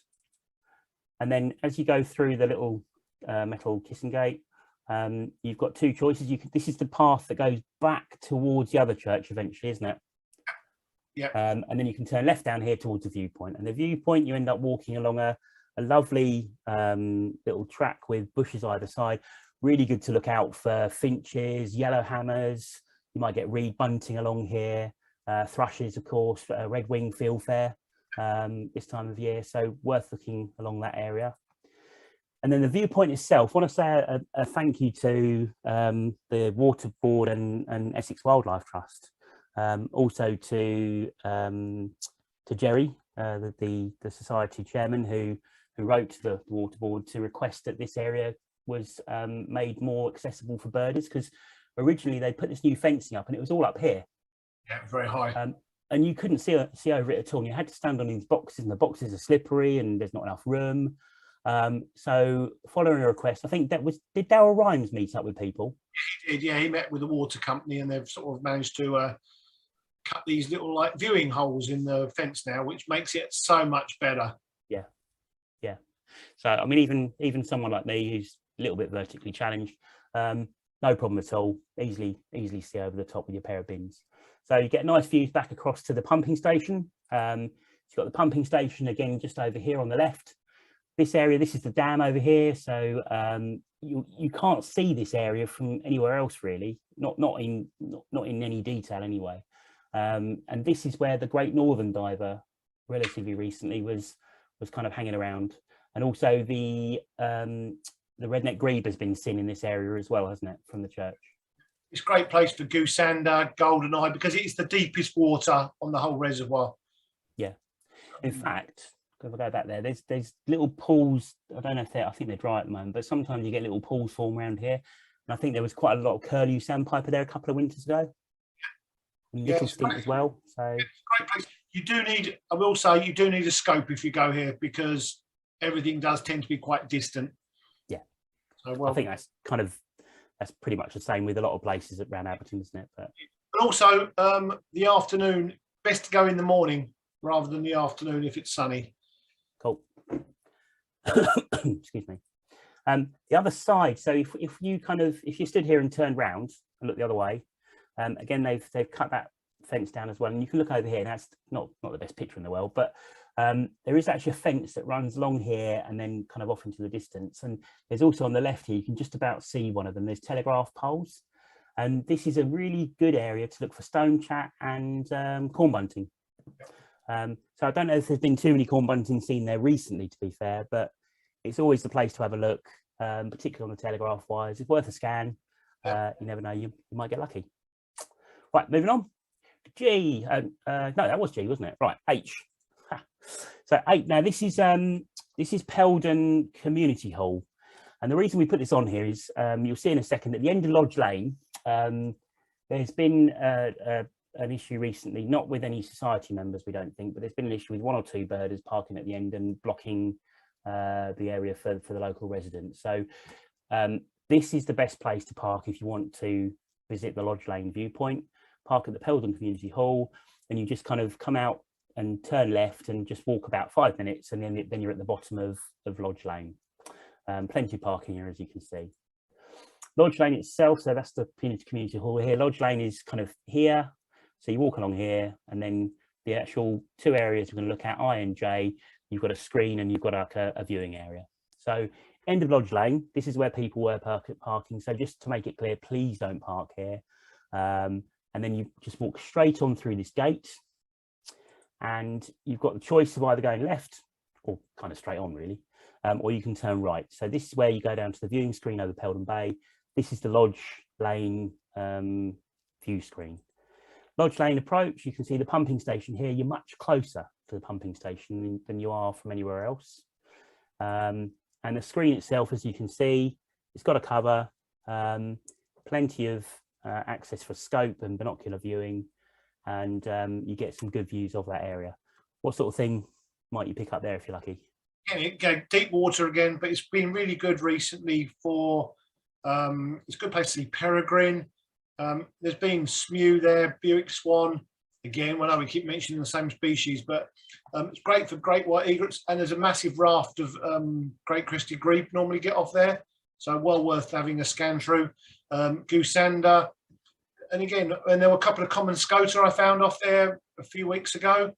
So it's well worth a visit. It's a bit of an underwatched area, this is. So, I mean, the walk is well worth it. Sorry, just quickly looking at the chat, I do apologise. I think I said Chigborough earlier on, did I? I meant to say Wigborough.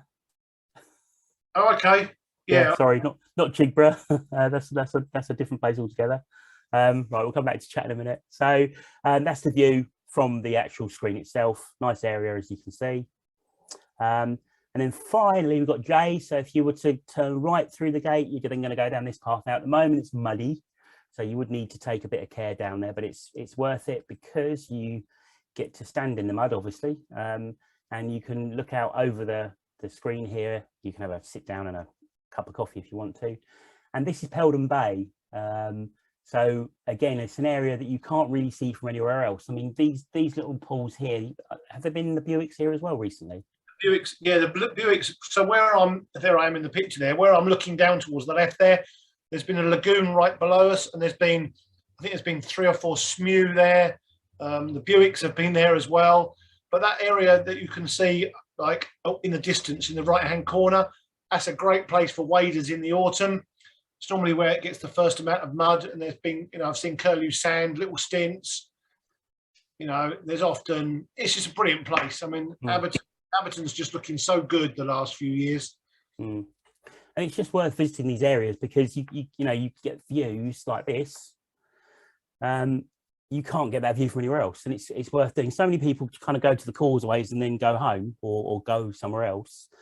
And I need to. I mean, I'm as guilty as anyone. I don't go to this area as much as I should, so it doesn't take long. And like Steve said, you're going to get to see things that you wouldn't see otherwise. So it's well worth a look. And I think that's just the same view. So that's looking right towards those little sort of shallow areas and the lagoons. And that's looking left towards the pump station. Yeah. And I think that's it. So that's our whistle-stop tour of Abberton Reservoir. Right. So there's just been a couple of questions. Okay. Steve Swinney's just asked, can you walk around the whole Abberton site on public footpaths, taking in these viewing areas? If I bring up the map again quickly, hang on. So you can, or cycle. Yeah, I mean, certainly, I'm not sure what it would be like to cycle around because some of the paths are quite muddy, but yeah, I'm sure you could mount him. But they're bridle ways. A lot of them are bridle ways. Okay. So the only bit you can't do is this southern bit of the reservoir, the bit that hasn't got the blue line going round. That would involve walking or cycling along public roads, which sort of take you away from the reservoir. You end up going through Chigborough, don't you? Sure don't. You're confused now. But I mean, those footpaths, yeah, you could cycle. I mean, you certainly can walk round. I mean, it's a good walk round, but you'd get to see the best of the reservoir, certainly. Obviously, you can stop at the centre for a cup of tea on your way round. Yeah. Yeah. I mean, what's the distance? What if you were to kind of park at the church here and walk this way and then back again? What sort of distance roughly do you think you're looking at? Well, I mean, certainly. I mean, I often, to go to Lodge Lane, I park at G and then walk to J and I. Right. And it takes me sort of a couple of hours to do that. It's probably about 2-3 miles, maybe. I'm not really sure. But obviously, on the way, you're seeing again different views, different habitat as well, aren't you? Absolutely, yeah. I mean, and John Norgate said he's just commented and said you can cycle or walk all the way around, but some of it has to be via the road. Right, gotcha. So, and blind nights, I must admit, I'm not familiar. So he said it's up your F. You move your mouse to the right of F along that blue line until it goes up, Oh, right here. Blind Nights is that house, that little bit of land you can see just there. Yeah, that's Blind Nights. Okay, cool. You can see that at the visitor centre. It's like a very big house up on the hill. Gotcha. Okay. The footpath runs right past there. That's where the puffin was seen from in like November time. Oh, okay. Yeah, because it was kind of round. Actually, in fact, because this little bit here, again, you can't really see that very well because lots of areas are blocked, aren't they? So when I looked for it unsuccessfully, I kind of walked and stood about here, probably, I think. That's where I saw it, yeah. Yeah. Okay. Cool. I've never, you know what? I've actually never done these walks. So here I am, you know, showing people and never done it myself. So I need to do it really. A walk from F across to Blind Nights. I mean, I won't, you know, it's well worth it. I mean, one of those places that not many people go to. It's well worth checking out. I mean, I'm sure there's to be found. The thing is, you could park at either church, and you can either walk between churches, or like you said, you could walk from Abberton Church through to Lodge Lane and back again. And they're really good walks. Yeah, and obviously got the circular walk between causeways as well. That's the other one you can do. Park on the main causeway and just walk around a big circle. Yeah, brilliant. Fantastic. So we hope this feature will just, for those who don't know Abberton well, will just give you an idea of like the best places to view from. You know, and if you want us to feature any other sites, or you know, let us know, because we're more than happy to feature other sites, you know, in the coming months. Yeah, and if you want to send in pictures, you know, just your local site where you bird from. I mean, if you want to do like a map or something, you can send it in to us and we can show it and feature it. Let's just try and share some of the places that we go birding, because it's always good to know these places. You know, you read names and things, but you don't know where places are, do you? And you can't always find them on Google. So, absolutely.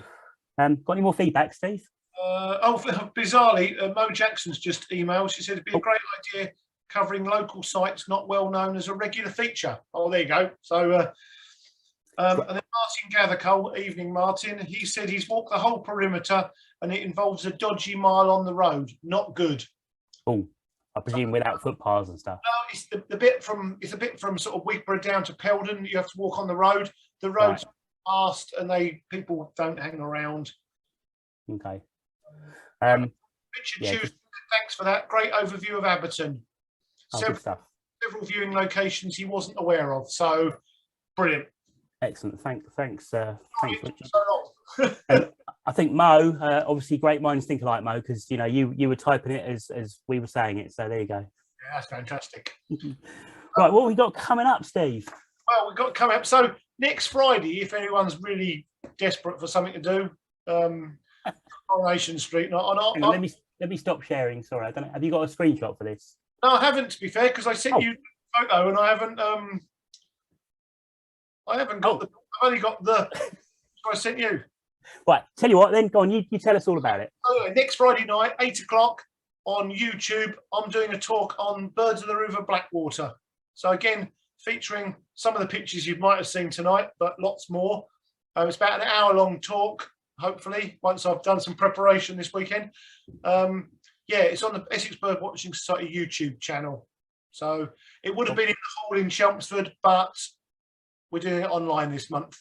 Well, we'll advertise it on the website as well. So if you look out on the website, ebws.org.uk, if you check out Twitter and Facebook and stuff as well, you'll see it on there, and there'll be a link to the YouTube feed as well.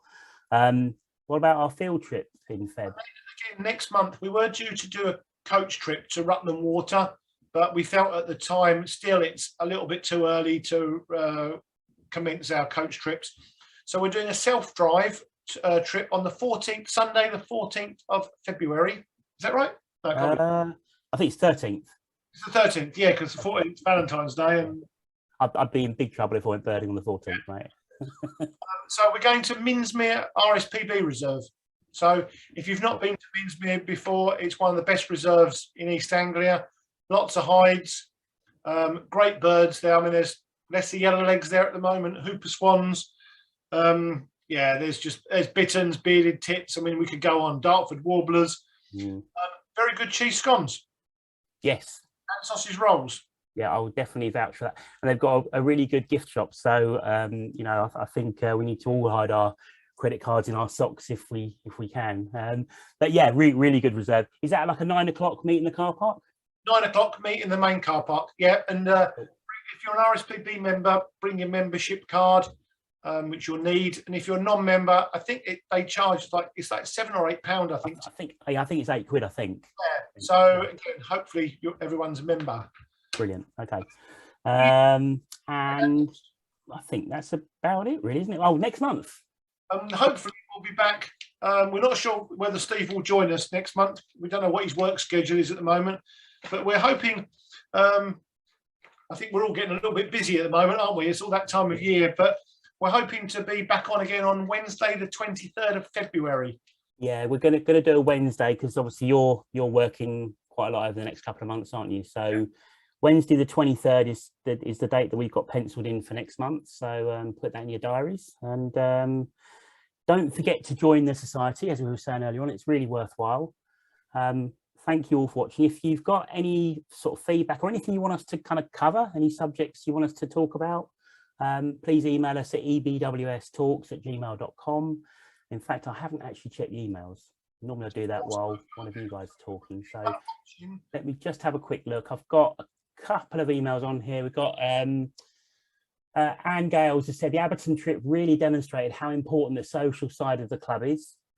So many people really appreciated having contact with other folk after a long period of not mixing that much. So yeah, I think I'd echo that 100%. Me too.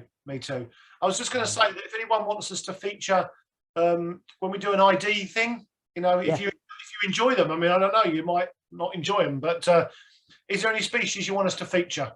That so let us know. Email that ebwstalks@gmail.com and let us know. Brilliant. And finally, Jerry has emailed in. He said he's managed to see a ton at Minsmere a few years ago on a spring visit, but not lately. So a good challenge for the February field trip. So I'm sure we can find something. We like a challenge, don't we? Yeah, I'll put some camo gear on and crawl through the reeds and flush a bittern or something. Excellent. And of course, I wouldn't do that, really. Of course not. But thanks to everyone that's commented on the YouTube channel tonight. We've got lots of great comments from Les Malloy, Richard Chew, Martin Gathercole, Paul Everett, Tim Hayward, and Ron Colson. I mean, they're saying how much they've enjoyed it tonight, so we appreciate that. Thanks for watching. I'm sorry it went on a bit too long tonight. Yeah, we actually thought like an hour, and it's been 2, so we're only an hour out. Yeah, I mean, what's an hour? Yeah. Okay. Right. Thanks very much, guys. Yeah. Thanks for watching. Take care. Stay safe, and see you next time. Bye.